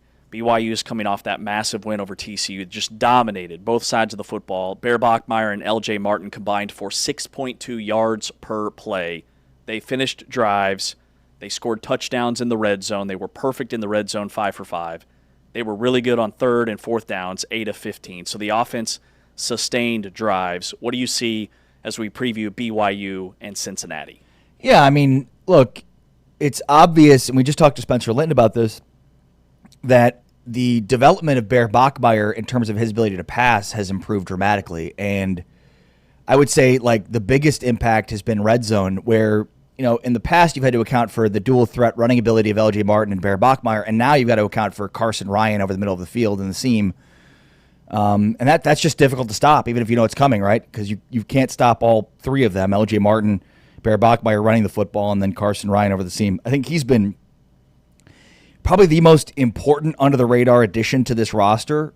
Ryan last year was sort of a forgotten guy at Utah. He comes over, and, I mean, BYU has been missing the tight end position basically since Isaac Rex. And, the last couple of seasons, they just have not gotten a ton of production from that. And so, yeah, I mean, I think that's been a huge, huge addition, Carson Ryan. And I just think, like, the passing game of late has been huge. So that coupled with Brendan Sorsby throwing 2 interceptions against Arizona, like, that's not going to play against BYU. You throw 2 picks and you're dead in the water. It's nippered at night. It's funny, BYU and Cincinnati both have had a ton of success playing home games at night. Cincinnati, I think this is their first night home game of the season. So that should be fun. And then it's senior day for 2 big-time seniors, and Gavin Gerhardt, their center, and Dante Corleone, their defensive tackle. 2 guys that have been instrumental in Cincinnati football these last 4 years. So those are the pieces that stand out to me more than anything. It'll be an emotional night with Corleone and Gerhardt celebrating senior night. This is going to be an emotional game, I think, for both teams.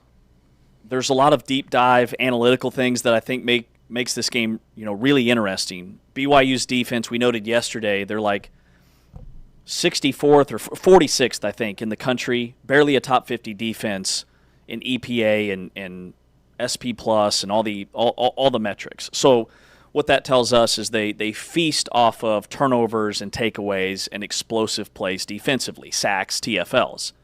Meanwhile, Cincinnati, they are 4th in the nation in offensive momentum killer rate. So basically what that means is they rarely kill their own drive with a turnover or a big sack or a TFL from the opponent.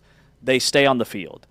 They have a really high success rate when it comes to how many drives they actually have per game. Like their offensive metrics, remember, they were leading the nation in offensive efficiency for a good chunk of the season. Yards per play, all the metrics. And so I think Cincinnati's better offensively than maybe a TCU or some of these teams that BYU's played of as late. But Cincinnati defensively, there's some holes. They really struggle against inside zone. BYU makes a living off of those 4 or 5 yard chunk plays on inside zone. Then they bounce it to the perimeter. So my point is, I think there's potential for this to be a high-scoring game on Saturday. And it's surprising that they're so ineffective against that inside zone based on what they have in their interior of their defensive line, right? I mean, that Jalen Hunt and Dante Corleone are 2 guys that, especially early in the season, Hunt looked really good.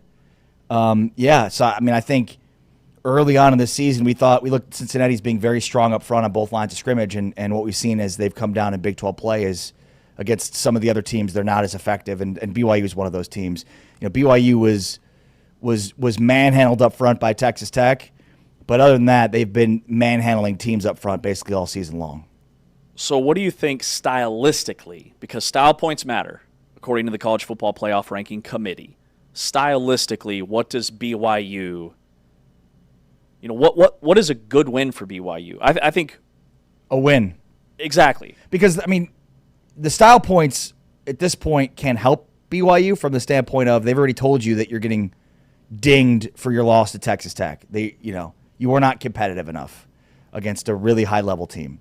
Seems like, again, specious reasoning to a degree, but that's what they've told us. So I don't know that there's any effective point total they could score against Cincinnati that makes it look that much better, because it still doesn't nullify, I guess, the Texas Tech game, as BS as that is. Mm-hmm. BYU is 12th in the country, by the way, in turnover margin. Offensively, they just ground and pound. LJ Martin and Bear Bachmeier have been fantastic. I'm trying to find, Spencer Linton had a fantastic nugget, the guest that we just had, comparing BYU and Oregon's resume. So BYU, Oregon's best win is against Iowa, who is 6-4. And by the way, did they have to kick a late field goal to win that game against Iowa? Iowa State or Iowa? Oregon, Iowa. Oregon. Yes, they won 18-16. Yeah. Yeah, my mind was on the fact that Iowa lost to Iowa State, Right. who's middle of the pack in the Big 12. BYU is 1-1 against the top 25. Their best win, number 12 Utah. Their second best win, 7-3 Arizona, on the road, mind you. Their only loss to a top 5 team. Oregon, 0-1 against the top 25. Their best win is against 6-4 Iowa, 18-16.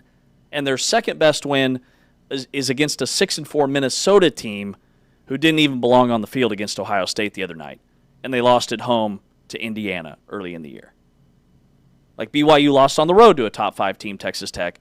Oregon lost at home to a top 5 team. I mean, let's just say what it is. Right? I mean, the reality is the committee comes up with the reasons for why a team is ranked in a certain spot. And those reasons tend to contradict one another because they're searching for individual reasons for each situation, and inevitably those are going to contradict it. Notre Dame is going to be in the playoff because Notre Dame has full representation by their athletic director in the playoff. Like, this is not that hard to figure out, guys. Right. Notre Dame does not have a better resume than BYU. Notre Dame is going to get in over BYU because they don't need a better resume than anybody. They just have representation at the top, and their brand matters and draws a ton of attention. That's it. That's what it is. And Oregon, I think it's a talent piece, it's a brand piece, but that's what this is. Let's call it what it is. Because they keep telling us things that are completely untrue when it comes to other situations. They're talking about the same exact thing. And Hunter Yurachek, when he's talking about these at-large positions, talked about the teams that are ranked 7 through 10. BYU's number 11. So he goes on this big, long tirade about how they put teams 7 through 10. And then somebody said, what about BYU, who's number 11? Before the break, let's hear from the coaches. BYU head coach Kalani Sitake had this to say, talking about the overall makeup of Cincinnati. Yeah, really good roster. You could tell that they have a really good culture in place. I mentioned Scott Satterfield. You could tell that he's done this before and he knows what he's doing. So the guys believe in their coaches. They play really assignment sound football, and so it's not going to be easy, man. There's well coached teams in this league. And then you match that with great talent and great culture. I mean, that's going to be difficult. So nothing's easy. You saw over the weekend how hard it is for guys to get wins, and even with that, the people can get yards on you. They can advance the ball. You have to find ways to gain victories, and usually that comes in disrupting things. And the stat that matters the most is the score. But everybody wants to focus on how you win, but they skip the part of actually getting the win first and securing it. Just got to get the win. The thing I love about Kalani, and maybe I love it, but also want him to be a little bit different, is he's not lobbying for BYU. Like, if you listen to his answers this week about where they're ranked, I mean, he's saying, like, look, I'm not going to concern myself with that. We're going to try to win as many games as possible, and at the end of the day, we can take it out of the hands of the committee by winning a Big 12 championship, and that's what we're out to do. I love that. But at the same time, I'm also like, maybe you should lobby a little bit more because lobbying matters. It's just not in his DNA. Right. And I think he also recognizes it's probably a fool's errand to a degree based on the things we've just talked about.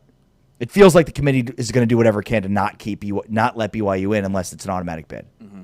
Their resume, like, they've lost 2 games in the last 2 seasons. What are they, 20-2? 23? Yeah. So they lost 3 games. Yeah. They lost 2 last year or 1? 2. Yeah. 20-3? KU and Arizona State. Thank you. 20-3. Like, that's an insane track record. That's the most wins the Big 12 in that stretch of time. That should mean something, but it doesn't. Yep. On the flip side, here's what Cincinnati coach Scott Satterfield said about BYU ahead of Saturday's matchup. Excited about this opportunity. BYU, a great team. Kalani's done a phenomenal job there. Very mature team, physical, big, coached well. Defense is one of the best defenses in the country. Offensively, coming into the season, they thought, okay, well, a new quarterback, they're maybe struggle a little bit, but Bachmeier's played outstanding. He's playing like he's an older player, like an experienced player, plays with great poise, throws the ball really well, and then can run the football, which is, he's done a great job as a dual threat. Big running back, he's a great player. And then number 2 is an outstanding receiver. We played against him 2 years ago. And 11 creates some big time plays. Has some great speed. I think they're very, very good in the special teams as well. So not too much weakness when you think about BYU. A team that's used to winning. I think they're 20-3 in the last 2 years. So an outstanding football team. Cincinnati, by the way, Cincinnati has lost 8 straight games in the month of November. That's not good. 8 in a row in the month of November. Well, I mean, think about last year. They were what, 5-2, 6-2? 5-2, lost 5 games to end the season, and they've lost 2 in a row. Unless they can get a win on Saturday, it'd be 3 straight to start the month of September. And 9 straight? It'd be 9 in a row because they lost their last 2, their first year in the Big 12, in the month of November. So do you think that there's any risk? We've talked all year about how Scott Satterfield saved his job this year. Do you think there's any risk? Not at this point. I don't. But if they still have 1 game left after BYU, they play at TCU. I mean, I think a 7-5 season after the start that they had, things are maybe a little warm going into next year. I mean, this team was right there. They're having somewhat of a similar slide to what K-State had last year. And look at how that carried over here into 2025. Well, and in recent history, so Neil Brown was on the hot seat at West Virginia, had a great season, and then the next year had a bad season and he's fired. Dave Aranda was on the hot seat last year, had a great season, and I'm pretty sure he's about to be fired. Scott Satterfield going into next year, I would think, would be safe until he's not if they have a downslide next year. And I don't know if Sorsby's back next year. They're certainly losing Corleone and Gearhart. So we'll see. But there's a recent history that suggests being safe after a winning season from the hot seat does not stop the hot seat. And I think Sorsby has 1 year. He does. He has 1 year left, so he can come back next year. Him and Fafita, guys that it feels like they've been there forever, but they still have eligibility for next year. All right, coming up next year on Big 12 Today on Big 12 Radio, heard exclusively on TuneIn, is Colorado in a prime position with Coach Deion Sanders. He's Ari, I'm James. This is Big 12 Radio, heard exclusively on TuneIn, watched on Big 12 Studios.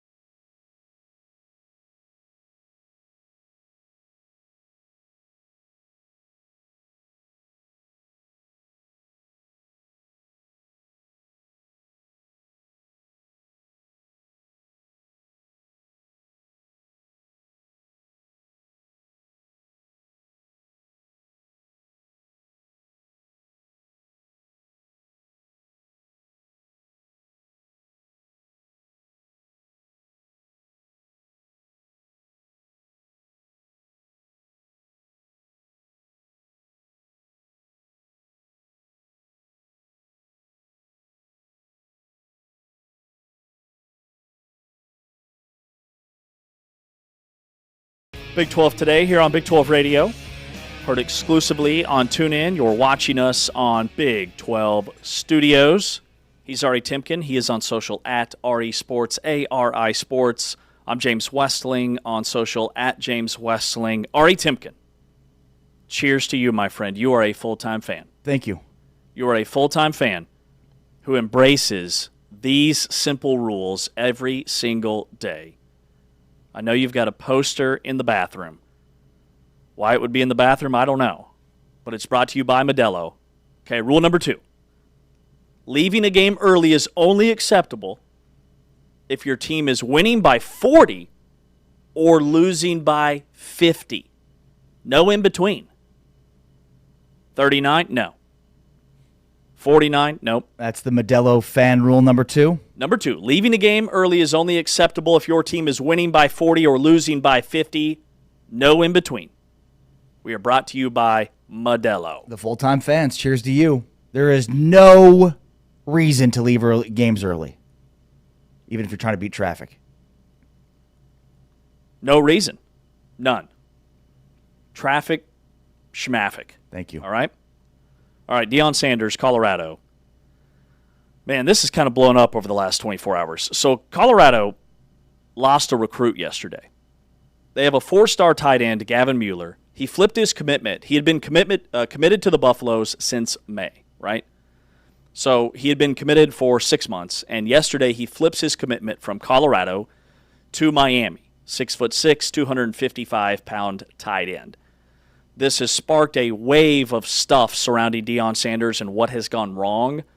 Simultaneously, The Athletic drops a piece, what went wrong with Deion Sanders' roster at Colorado. Experts weigh in. Deion was asked yesterday about this specific recruitment flip, and here's what he said about recruiting at Colorado. I don't have to explain it. They saw it. See, you got to understand, if you're a dog, you want to come here and right the wrong. If you're a cat, you look at the scoreboard and you run. Which one are you, a dog or a cat? How do you Ari, are you a dog or a cat?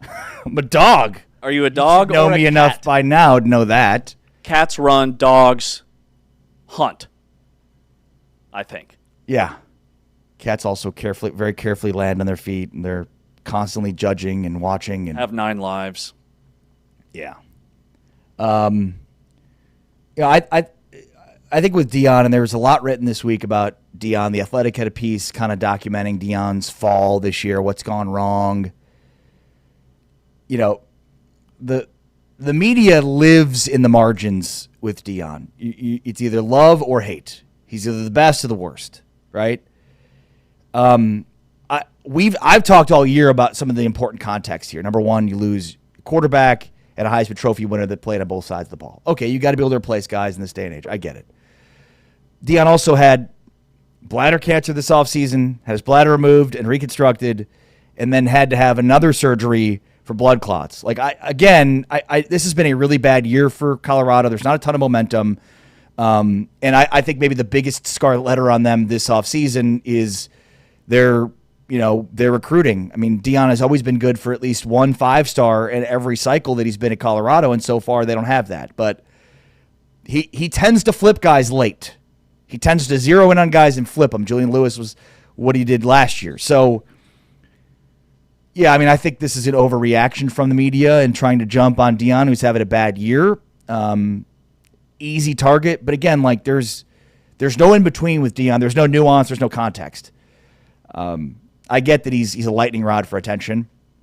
But, yeah, there's a lot written this week about the fall of Deion, and it seems a little bit outlandish. And I know that, Rick George, and he's stepping down at the end of this year, and we'll see. But, not only is he not on the hot seat, it'd be crazy to think of him on the hot seat. Even if they went 3-7 again next year, he shouldn't be on the hot seat because he brings so much attention to the university and so much attention to the conference. It's wild that all of this, simultaneously happened yesterday afternoon. I mean, within 2 or 3 hours, you had this decommit from a tight end who flips from Colorado to Miami, as we noted. Then you have the Colorado athletic director, Rick George, who's pushing back on the claim that Deion is on the hot seat at all. His quote was, the seat is not hot. I mean, he couldn't be more direct. We believe in what's ahead for the program. And then The Athletic drops their piece about what went wrong with Deion Sanders' roster at Colorado. And there are some interesting notes. You know, Colorado, 108th this year in scoring offense, 107 in scoring defense, 107 in yards per play, 108 in yards per play allowed. But then there's a snippet in here in which they're talking about the way he recruits. And they're talking with other Big 12 personnel staffers.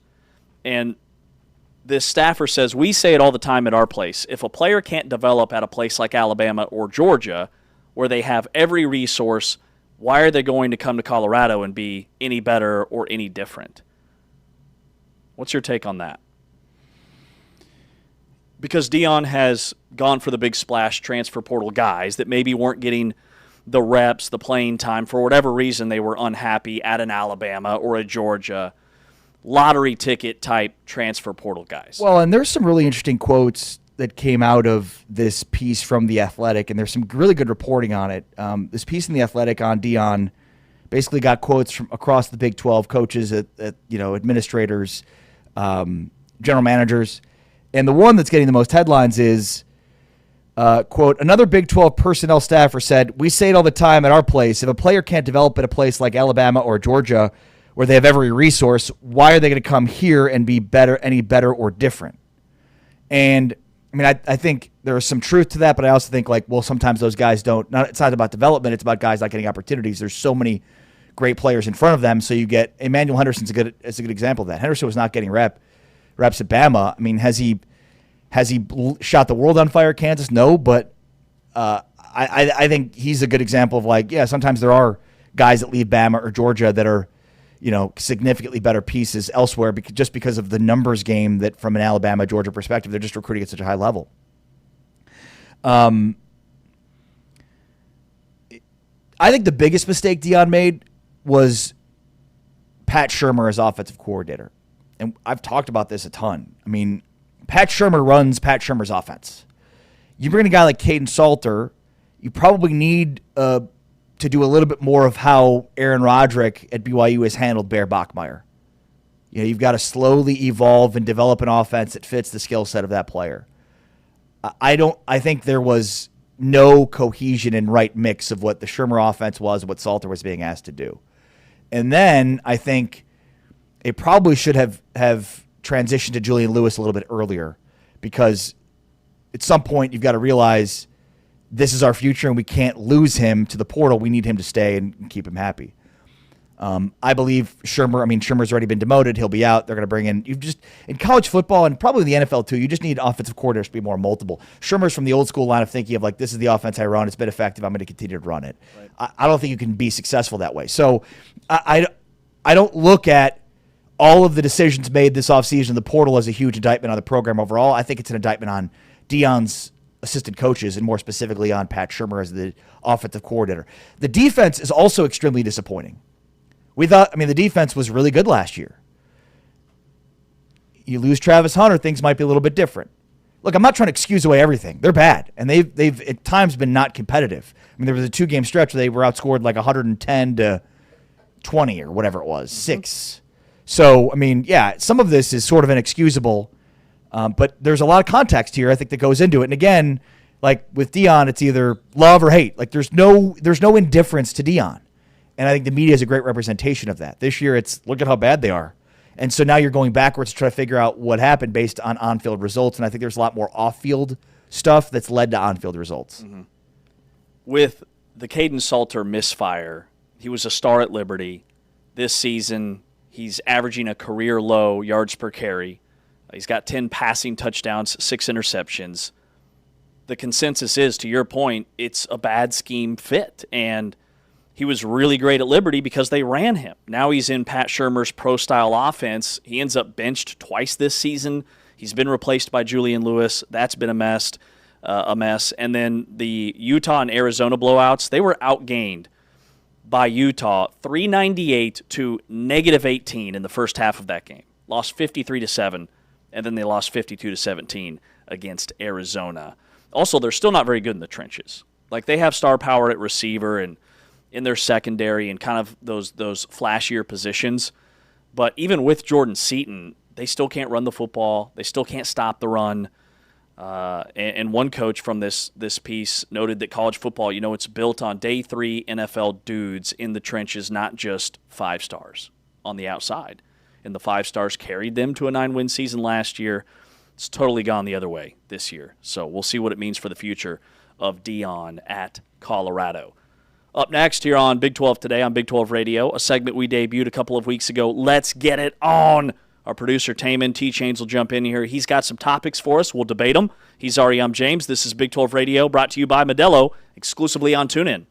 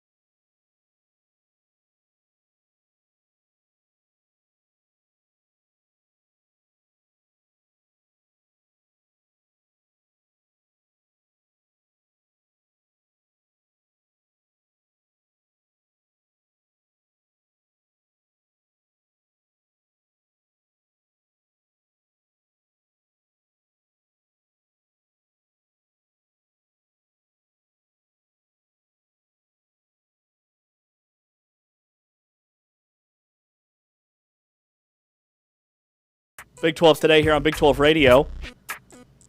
Podcasting on Apple Podcasts, Spotify, TuneIn On Demand. We had Mike O'Donnell, college basketball analyst, hour number 1. We had Spencer Linton, host of BYU Sports Nation. He joined us just a moment ago. And coming up here in about 20 minutes, Dave Bartu, co-founder of Matrix Analytical. Anything with Matrix in the title, I'm here for. Yeah, and Dave is great in terms of giving us some good information, good sound information on is BYU under ranked. Keep wanting to say underseeded, underranked. What about Utah? Is there a path to 2? It'll be great. Bartu has his own website, but then also contracts with college football teams to provide analytics that help them get an edge. So he's a great person to talk to about this. He's going to be fantastic here in about 20.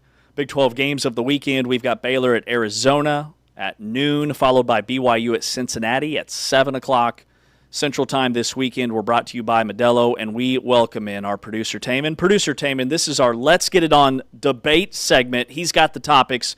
We've got the takes. Take it away, Taman. Let's get it on! All right, guys. The first topic that I have for you guys is which team is more likely to become bowl eligible this weekend, Kansas or Baylor? Now, Taman, you have to moderate as well. So who's going first? You have to pick one. I'm going to go with Ari's Kansas Jayhawks. So Ari goes first. Okay. I thought he was about to give us a breakdown of why Kansas is more likely to get bowl eligible this week. But I agree. I think it's Kansas. I don't think, if I'm being honest, either of these teams is likely to become bowl eligible this week. But, yeah, I'll go with Kansas. The Jayhawks can have an effective passing game, and we've seen Iowa State struggle since losing their top 2 all Big 12 corners. Now, they played significantly better against TCU, and so clearly they may have figured some things out. But I still like, if I have to pick one, if I've got to pick one, I'll go with Kansas.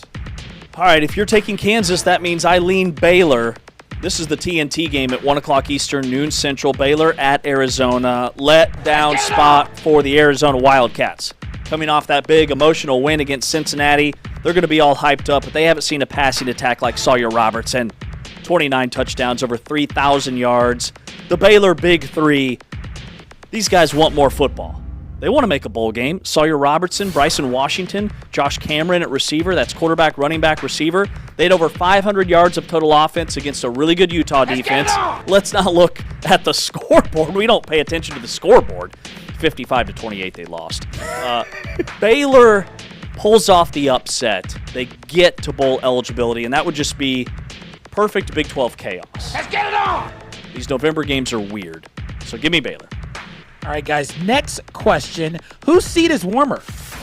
Chris Kleiman or Sonny Dykes? I'm going to start first because I don't think it's particularly close. So I'm going to make you make the case for Chris Kleiman, but I don't think it's close. Kleiman has the political capital, the institutional alignment, donor trust. And a record. I think that should buy him a little bit more leeway. Dykes is the exact opposite. He's fighting momentum. They've got a new athletic director than the one that hired him. Since TCU went to the national championship game, TCU has a sub-500 overall record, a losing record in Big 12 play, and multiple blowout losses. They also have recruited at a high level, but seem to be regressing. I think every sign points to Sonny Dykes starting next year on the hot seat. I don't think that's the same case for Chris Kleiman. Real quick, before James goes, the reason why this was brought up was because James mentioned last week that if this game was close between Oklahoma State, that Chris Kleiman's seat should be a little warm. I believe I said if they lost, Taman, it was close. It was close. They won the game. 14-6? 14-6 barn burner, 5 takeaways and 14 points. Yeah, that's a formula for success. All right, I love Chris Kleiman. I don't think he's on the hot seat at all because Gene Taylor is very loyal to his guys. Right. But with that said, did you say regression? Did somebody say regression in this conversation? Because K-State went to the Sugar Bowl in 2022, made the Big 12 championship game, won the Big 12 championship. Since then, they've gone 9-4, 9-4, and 5-5. You've got Avery Johnson. You've got the hometown hero, the local product. He's all this and that. He's a highly touted top 10 quarterback. And this is year 2 as a starter, year 3 of significant snaps for him, and K-State's barely at 500. So some K-State fans are not happy. Well, and then combine that with the downslide they had at the end of last year. Mm-hmm. And what was it, 4 straight they lost to close out the year? 3 of their last 4. 3 of the last 4. 3 of their last 4. They were 7-1 and finished 9-4. So that would make them, what, 6-8? Mm-hmm. I would say the biggest failure of Chris Kleiman is Avery Johnson. Is it Avery? Is it the coaching? Is it the offensive coordinator? Is it the quarterback's coach? Is it his dad? Is it his dad? Is it Connor Riley and Colin Klein and now Matt? Why am I forgetting his name? The offensive coordinator, Matt Wells. Matt Wells. Thank you. They've had 3 offensive coordinators in 3 years. Is that it? There's just so many things around why Avery Johnson's not developed into the quarterback that we expected him to be. I cannot get past his dad fighting with his brother after the Iowa State game week 0. I mean, that made all the rounds on social media. I don't think it's a coincidence that happened in K-State's 5-5, and the quarterback, shockingly, hasn't played very well. Like, there's something going on behind the scenes. That doesn't happen. That's not a typical normal thing. I mean, you haven't fought with your dad? Me if I'm wrong. You haven't fought with your dad at a K-State football game? Full-on fisticuffs, like guys on the ground, grown men fighting. Father-son. Father-son, Avery's dad, Avery's brother. That was wild, man. Dylan Edwards leaving the program. Like, there's something ain't right. Something ain't right. Next year, I do think is going to be a big year. It's going to be a big year for him to try and turn it around in Manhattan. All right. Last topic of the day. Which undefeated Big 12 men's basketball team is the best that is not ranked in the top 25? Oh, not ranked. I'm waiting.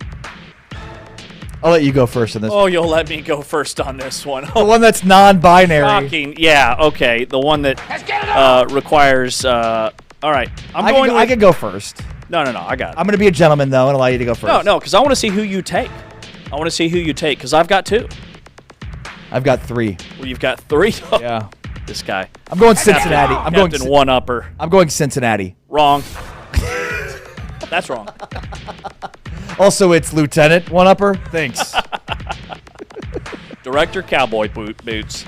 I think Cincinnati, like, what I'm looking for right now is, and look, it's early in the Ken Palm, but I think preseason expectations had this as an elite defense. Cincinnati is top 5 right now in Ken Palm defense. They've struggled Ken Palm offense, so their offense can certainly use improvements. But, like, when I look at K-State, they're kind of, I think they're like top 50 or top 60 in both offense and defense, but Cincinnati is downright elite on defense. I think the offense will eventually come around. I just think this team is way better in areas that they've been struggling in recent history, which is glue guys, rebounding, effort, that kind of stuff that helps you win games down the stretch. I said, after the first couple of games of the season, like, Cincinnati feels like in years past, Wes Miller has cared more about the players coming down the stretch of these games, and this year they've got players that care more or as much as Wes Miller. So Cincinnati, to me, I think the criteria here was who's the best unranked, unbeaten team in the Big 12, and to me that's clearly Cincinnati out of the 7 Big 12 teams right now are unranked and undefeated. So we've got Oklahoma State at 5-0, Utah's 5-0, West Virginia's 5-0, Cincinnati's 4-0, Colorado's 4-0, K-State's 4-0, Baylor's 3-0. Am I missing anybody else undefeated that's not ranked? I don't think so. Colorado, Utah, West Virginia, Oklahoma State, Kansas State, Cincinnati, and Baylor. That's 7. All those teams are unranked. For me, it's Oklahoma State. I continue to beat that drum. They beat Texas A&M 87-63. They beat a very sound Group of 5 opponent last night in South Florida. Scored 103 points, 103-95. They are scoring the basketball at a historic clip for Oklahoma State to start a season under Steve Lutz. And they have, according to KenPom, the number 3 ranked adjusted tempo in the country. Adjusted tempo is possessions per 40 minutes of basketball. So they're creating extra possessions. They're playing that up and down frenetic, full court pressing style of play. Remember, Steve Lutz's Western Kentucky team led the nation in adjusted tempo his last year. He took them to the NCAA tournament. That's his DNA. That's what he wants to do. He just didn't have the scoring power and the dudes last year to do it. Extra possessions was a bad thing because they couldn't score the basketball. This year it's completely flipped. They have got 7 or 8 guys that can go for 10, 15, 20 on any given night. Victorious Miller had 24 last night for Oklahoma State, former 5-star recruit, highly touted prospect. Things weren't working for him at LSU. Transfers to Oklahoma State. They still don't have the Roy kid, who averaged 25 a game last year at Green Bay. I love Oklahoma State. I think they are the best unranked team in the Big 12. My biggest disappointment with Victorious Miller is that his name is not spelled Vyctorys. Go with the double Y there. It would have been doing a lot of great work. Instead, it's just Victorious, but with a Y instead of an I. Yeah, you've got one Y, you've got one I. Make it make the I and U though a Y. You know, it could be Victorious. I'm gonna call him Vic. VYC. There we go. Victorious Miller. Look, this is an opinion, but you have the wrong opinion here. All I see is a program ascending and then a program stuck in mud over there in Cincinnati. Wow. Mud stickage. Mud stickage. I'm going to tell Wes Miller you said that. That's harsh. Actually, I really like Cincinnati this year. I like a lot of these Big 12 teams that are unranked. I liked Oklahoma State, too. You know who I don't like is Kansas. Kansas? Yeah.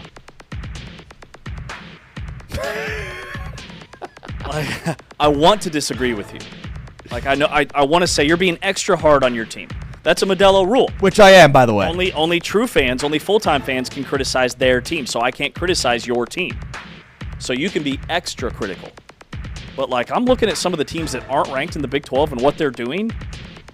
I cannot wait to see the analytics, the RPI, all that, and see where the Big 12 is, because it is this year no doubt the best conference in America. I love Mike O'Donnell, and I love that he called me stupid. I mean, he said it in like the nicest way possible. The kindest. But it was basically like, yo, dude, you're dumb. It's a different offensive scheme. We're talking about David Coit, who last year for Kansas kind of had some good games down the stretch, but for the most part was probably underutilized last season. We had 41 last night for Maryland. And yeah, he's basically, Mike O'Donnell was like, yeah, they're in a different system. A.J. Stewart, Ole Miss, different system. So I get the sentiment, but like, okay, well then something might be wrong with the system, because it seems like no matter who they have shooting threes, they can't shoot threes. But to O'Donnell's credit, and if you missed the interview, you can check it on our podcast page, and I would encourage you to do so, because there's nothing funnier than when somebody calls me dumb, especially because I am, especially with basketball relative to Mike O'Donnell and to Bill Self, but I digress. The one thing he did say was, look, with Derek Peterson, he's a guy that can create shots.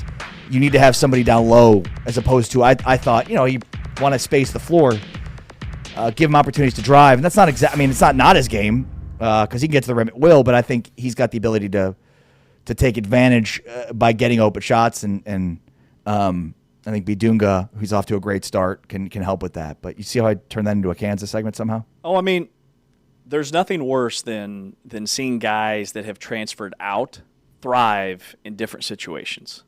Especially when you continue to struggle at three-point shooting. Yes.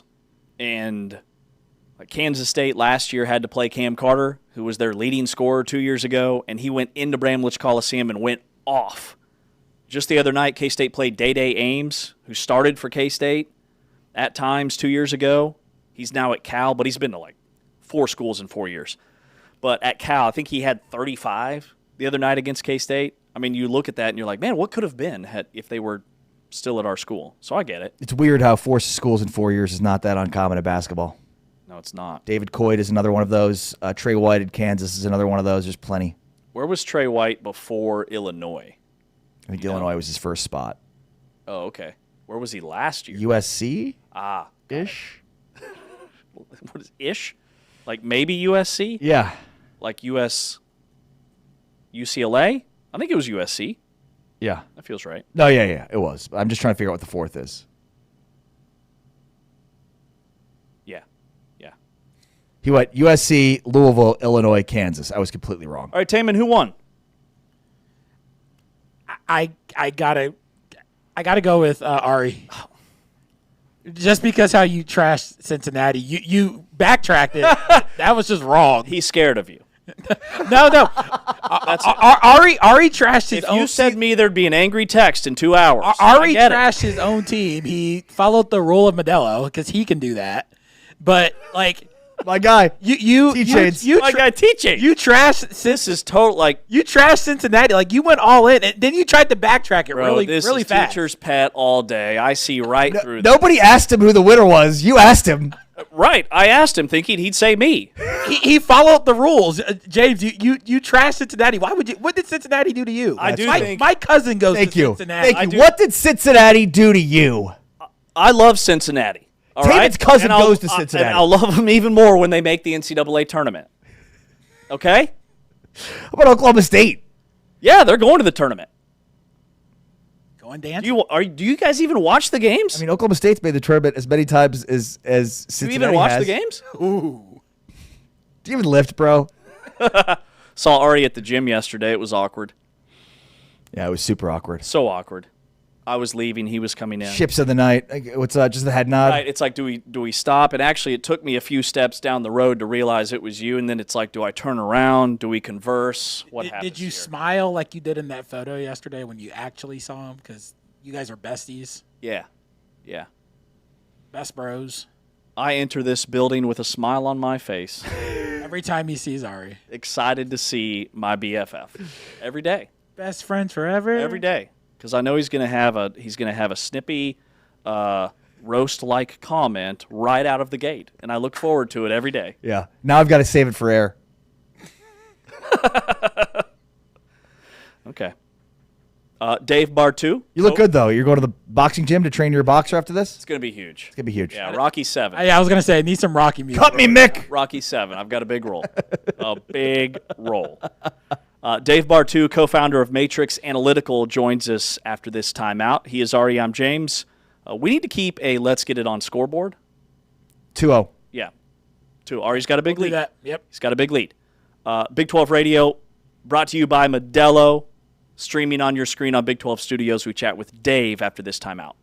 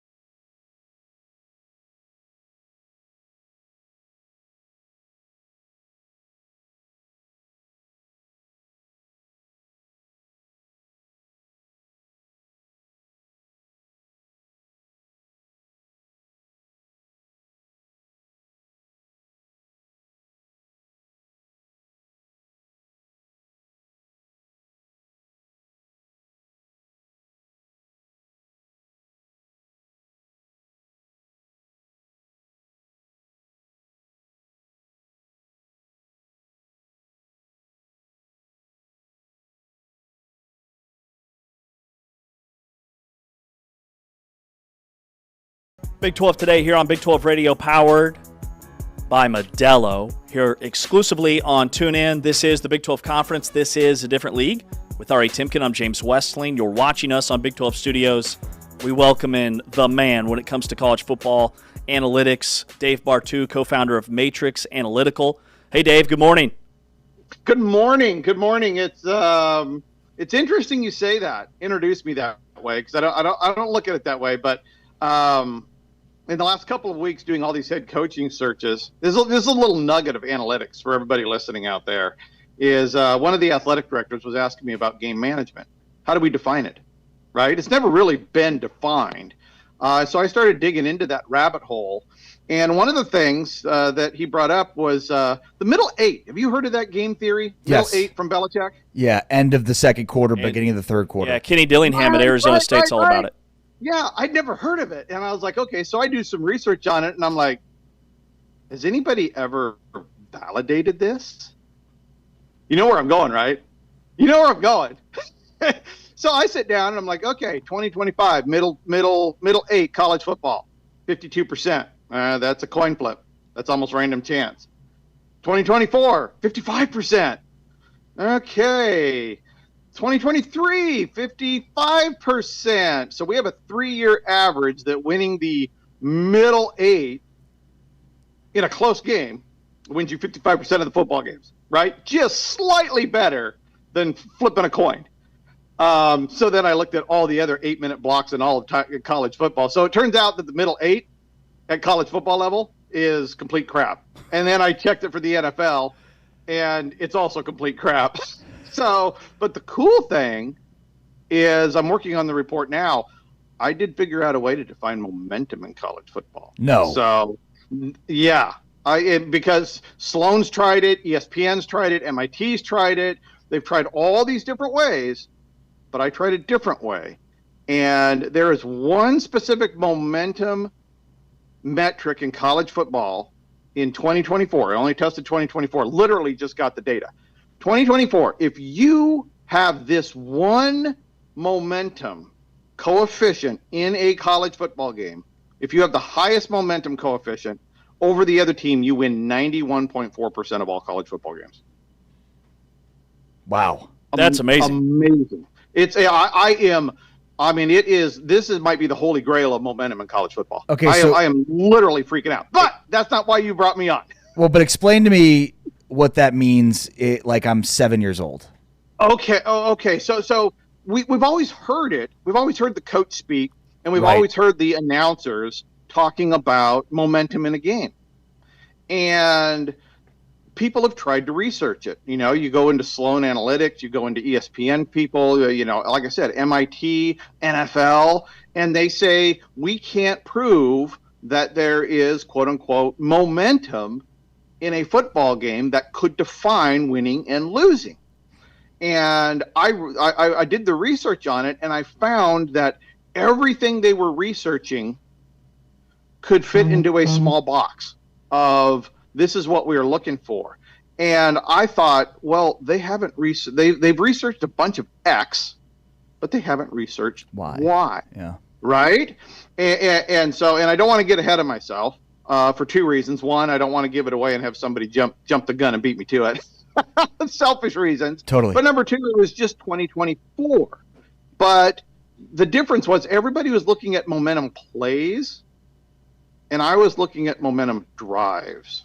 And it is, seriously, all of it is all FBS versus FBS games in 2024. If Team A plays Team B, and Team A has the stronger drive momentum coefficient, they won 91.4% of all the football games. Right? And so all these coaches that are out there, high school and college, and everybody listening right now, if you've been religiously following the middle eight, you've been following a coin flip. It's complete. It's just following Belichick believing it was real, and it's not. It's just not real. And think about it. You win 8 minutes of a 60-minute football game, and that defines over 80% of the close games. That's nuts. Yeah. Right?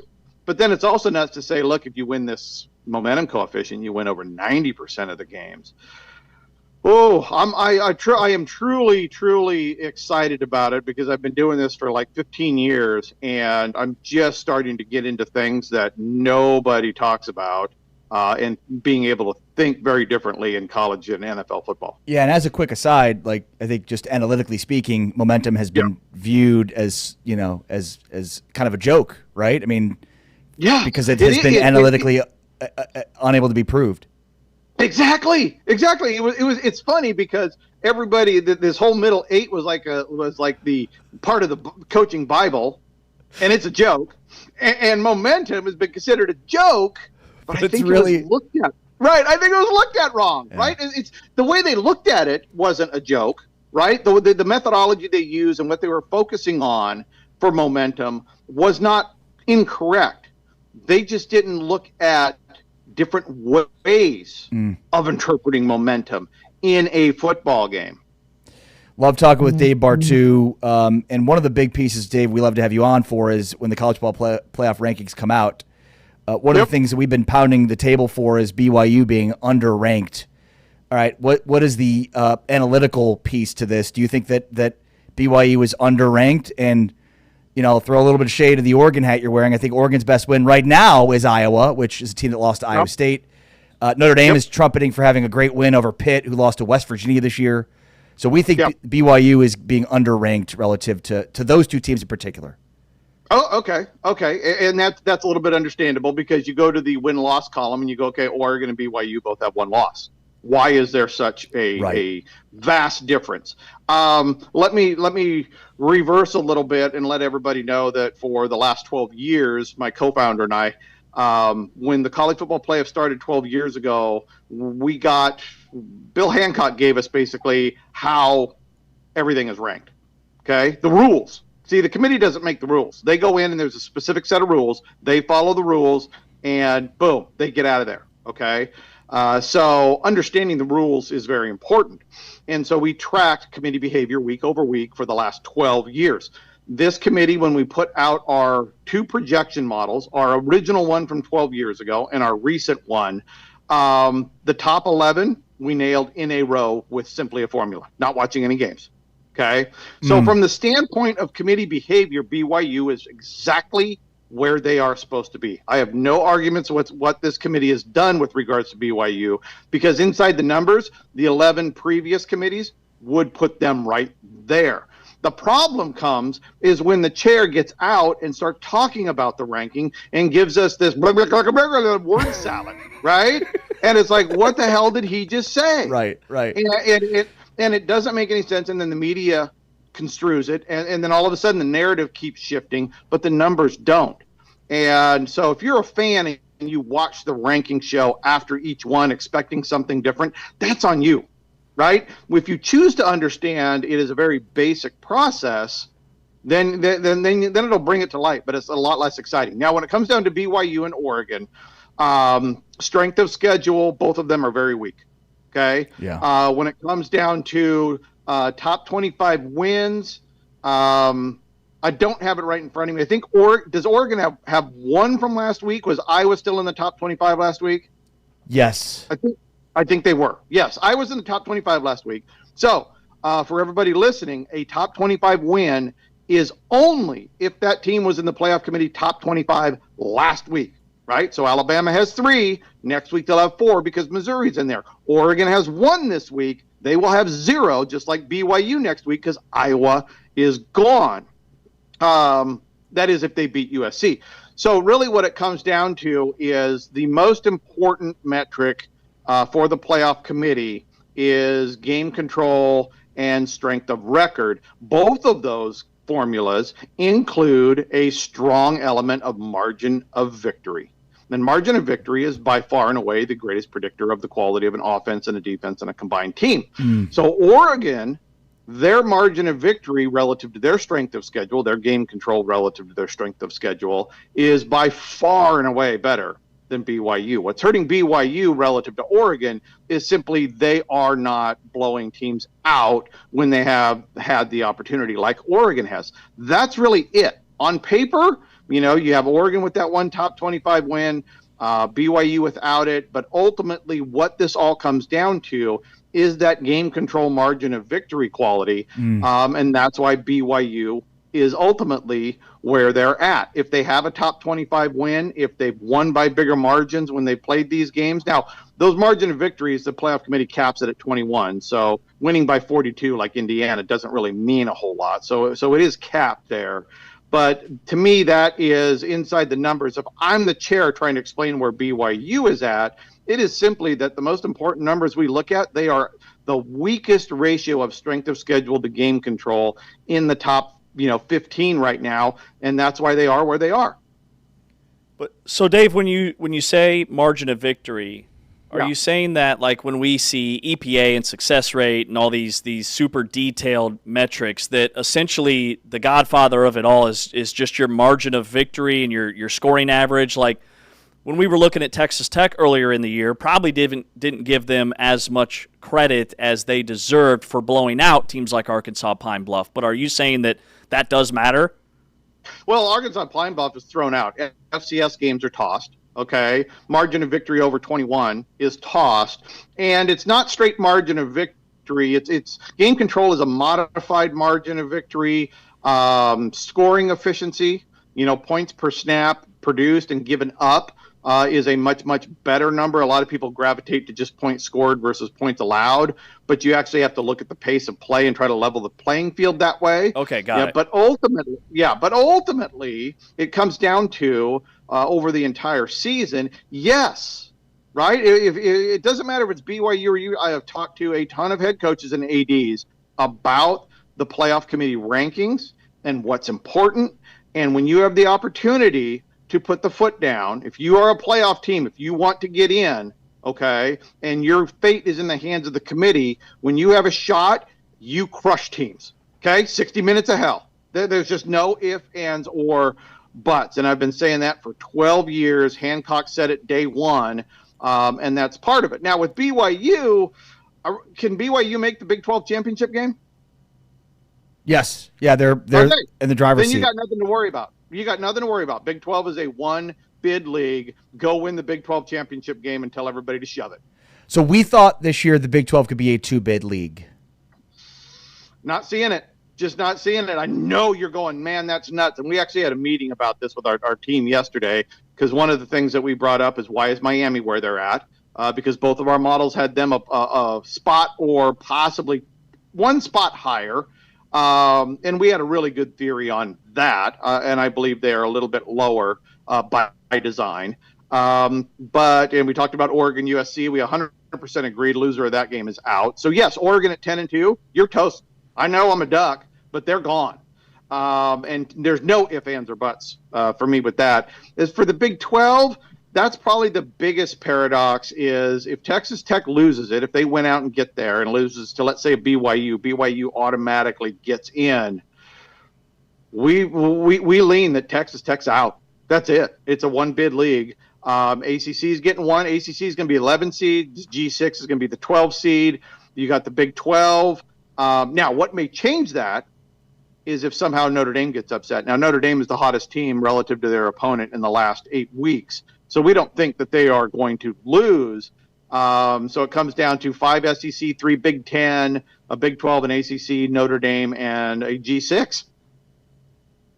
Wow. So if Texas Tech lost in the Big 12 championship game, you think they're out? I think they're out. Not that I agree with it. Okay, that's different, folks. Okay, everybody listening. I'm not saying I agree or disagree because Notre Dame's sitting at home and not having to play a championship game. But when we forecast all the numbers looking forward, now they may get some help, right? You get some upsets. Alabama loses to Auburn. Georgia Tech beats Georgia. Tennessee beats Vanderbilt. There's still a couple weeks left. But right now, as is, if all the favorites win out as expected, we do believe that if a BYU or a Utah gets into the Big 12 title game, beats Texas Tech, it's a one-bid league no matter what. Wow. Wild. Crazy stuff. Right? Anything else for Dave? And it's by the numbers. I'm not being subjective. I'm not being emotional.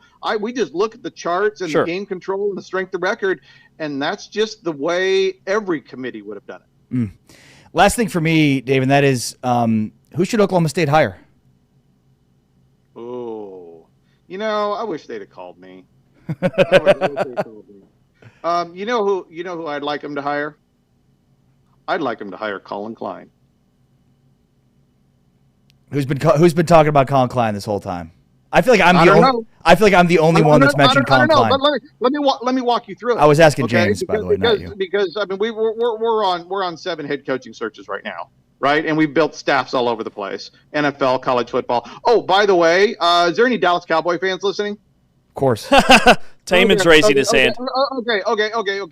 I do NFL staffing too. Let me give you a number. Before this year, Matt Eberflus had been a defensive coordinator for 4 years. In those 4 years, his scoring efficiency, his best scoring efficiency in 4 years, did not crack the top 50% of all team scoring efficiencies since 2000. Over 800 different seasons, right?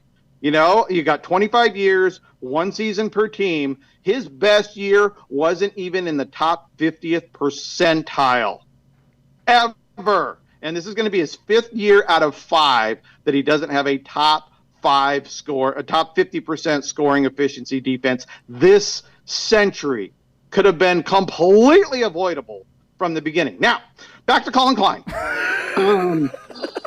You look at what he's done. He was an excellent offensive coordinator at K-State. And who was he under at K-State? Godfather of coach effect, Bill Snyder. Yeah, he played for Snyder. I mean, He coached under Kleiman. So he quarterbacked under Snyder. He was offensive coordinator at Kansas State. He was a rising star in our numbers. It's only his 2nd year at A&M. They're top 5 in offensive scoring efficiency. It's a bloody juggernaut. He's familiar with the SEC. He's familiar with Texas, all the way up to Kansas. He's a Big 12 quarterback, a Big 12 coach. I think teams are nuts to not have him near the top of their board. He has to get hired this year, or something is being done completely wrong. Yeah, I couldn't agree more. It's the one name, Dave, that I have not heard enough of, and it's the one name that I keep saying. Like, look at what happened. Look at what's happened to Avery Johnson and the K-State offense after he left, and look at what's happened to the A&M offense. Like, these aren't coincidences. Yeah, it's the best A&M offense of this century. Good Lord.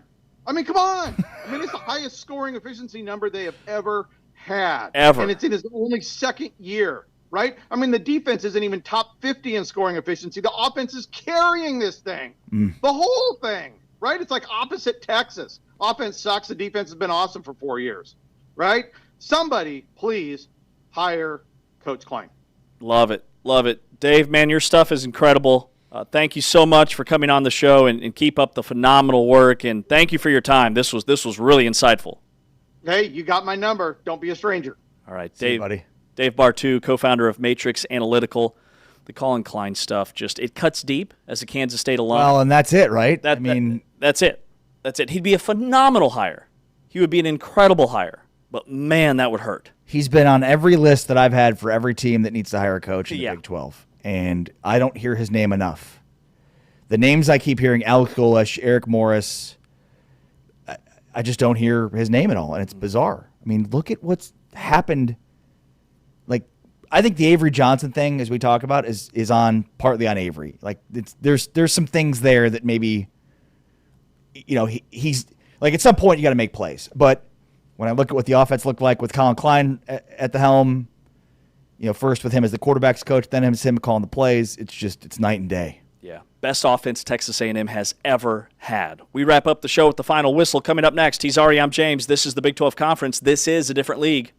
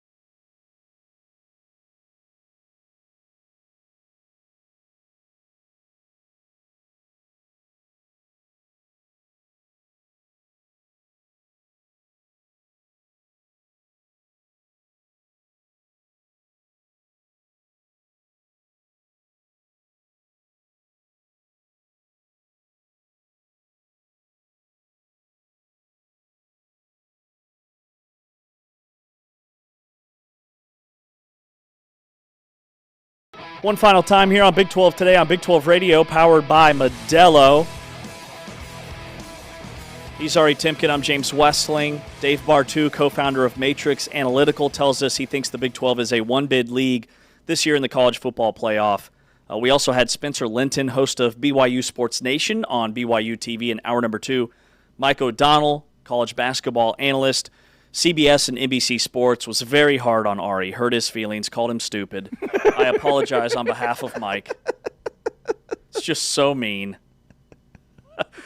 Go listen to the interview. He in the nicest way possible, basically is like, Ari, you're a moron. There was like a 60-second build-up to what he was trying to actually say, which was that.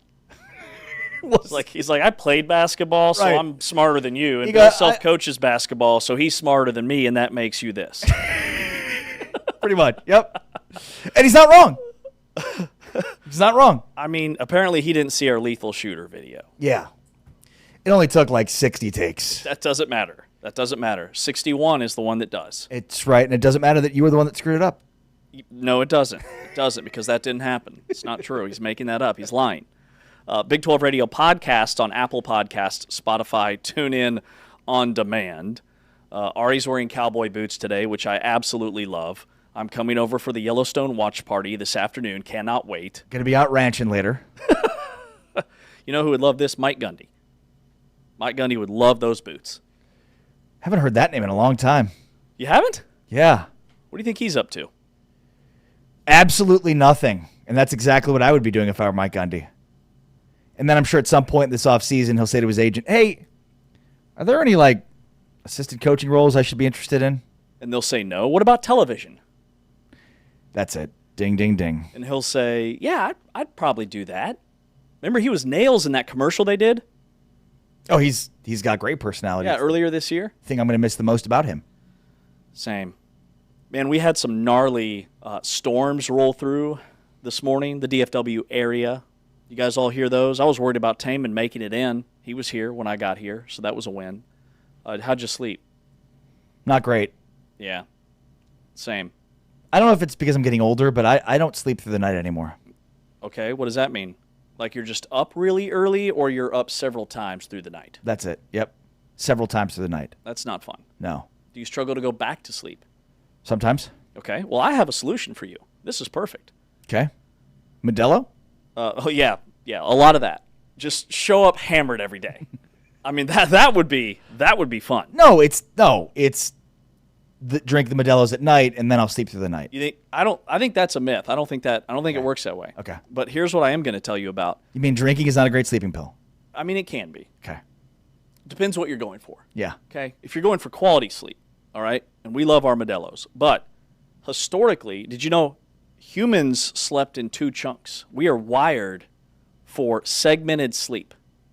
Sure. Yeah, I would imagine in the hunting and gathering era of humanity that, from a safety perspective, sleeping for 8 or 9 hours, without interruption is probably problematic. Yeah, it feels pretty dangerous. But this actually this went through history, through time. This went on longer than you would think.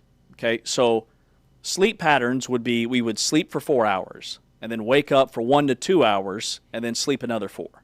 And this was across the board. European culture, African historical records indicate that this is what we were doing.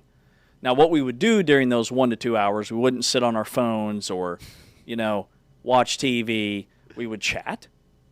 We would eat, check the fire, pray, visit some neighbors, do the deed. All kinds of things we would do, okay? But I'm in for all of that, by the way. Wake me up and check the fire. Let's chit-chat. We're going to chit-chat, and we're going to check that fire. So the pattern changed after the Industrial Revolution when that dang artificial lighting came into play, work schedules. We said, hey, we've got to work. I guess we'll do this single overnight sleep block now. 7, 8, 9 hours. No longer needed to check the fire. Didn't have to check the fire because electricity entered the chat. All right? So the natural wake period basically disappeared. But some scientists believe that if we slept that way, we'd be much healthier. I kind of want to try it. I feel like there are probably a lot of things that we used to do as humans in the infancy of humanity that would probably be healthier Look, for I said humanity. it changed right at the start of the Industrial Revolution, which was basically yesterday. Okay? I think we can totally make this work. Now, I might have to start this about 7 p.m. Okay, but I'm sure phones, boom, throw away the phone, right? Yeah. No phone. No need for that. The key is what Except you do. how are we going to get tuned in on YouTube to watch Big 12 today? Well, you can do that during the day. It's not off limits entirely. I just mean that 1 hour chunk that you wake up and you're just gallivanting around the house during your sleep, your segmented sleep cycles.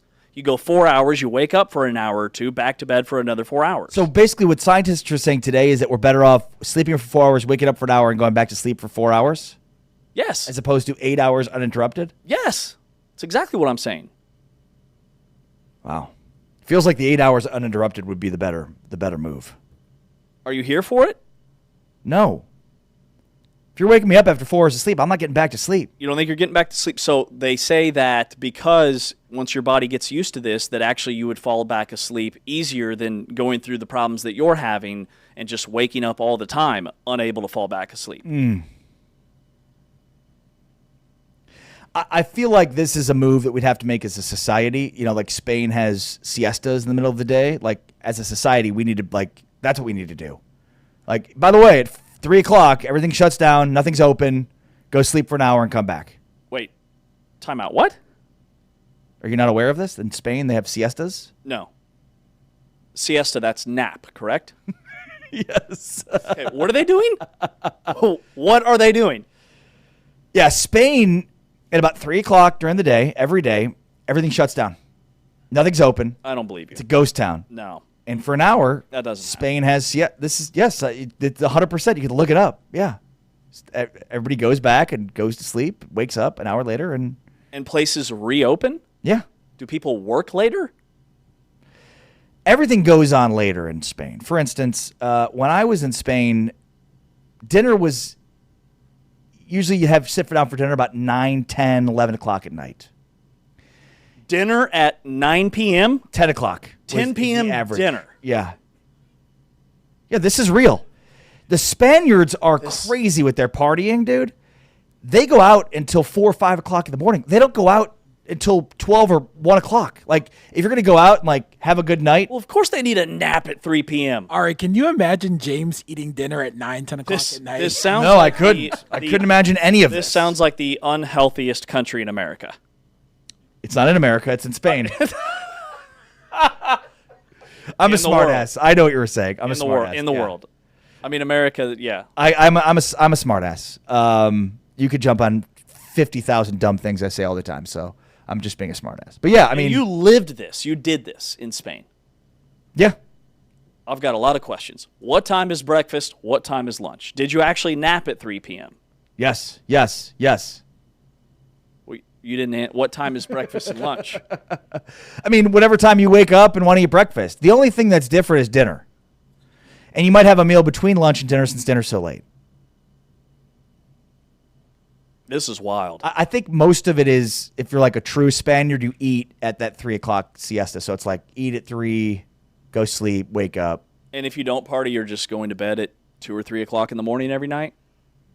Midnight, after dinner, full belly, easy to fall asleep. Yeah, and it's a good question about the unhealthiest country in the world. I don't think that's the truth. There's a lot of things you could probably say negatively about Spain, but that certainly isn't one of them. That is fascinating. Yeah. I've got to deep dive this more. All right, but your segmented sleep. But also, don't look into Spain and the early times you're talking about here. I'm just historically saying, just don't look into that. All right, we'll bypass that. Just bypass, the segmented sleep, crusades. Better creativity, less morning grogginess, easier time falling asleep, feeling more aligned with your natural rhythms. What was the question? Was there a question there? Doesn't that sound pretty nice? Yeah. Okay, we're doing it. Only as an experiment, not a lifestyle change, but we're going to try it out. Perfect. Okay, so 10. So if you go to bed at 10, 11, 12, 1, 2. You need to go to bed at 9 p.m., sleep till 1 a.m., wake up at 1 a.m., hang out until 2 a.m. with a quiet activity, reading, stretching, journaling, all your favorite things. And can then we you go can back we to talk? sleep at Can 2 we get a.m. together? Is that that sounds like a perfect time for you and I to hang out? Yeah, we could chat, but we can't do it digitally. We got to do it in person. Yeah, go see my neighbor. Yeah. Perfect. See your neighbor. Done. Then we'll sleep from 2 a.m. to 6 a.m., rush to the studio, do the show. I think I'd just prefer my 5 to 6 hours of sleep a night and live with that. That sounds terrible, too. Yeah, it's not good. Yeah. I'm with you in terms of today. All right, this has been Big 12 Today on Big 12 Radio. Special thanks to Will. Training on the controls with Taman, our producer. He's Ari Timken. I'm James Westling. Big yawn as we wrap up the show. We're going to be back tomorrow from 8 a.m. to 11 a.m. Eastern Time. Sometimes I forget we're on camera. 7 to 10 Central. We'll do it again. We'll be picking all these games. We'll have a great lineup of guests tomorrow on the program. That's going to do it for us. We're out. We'll talk to you then. We've been brought to you by Modelo here on TuneIn and Big 12 Studios.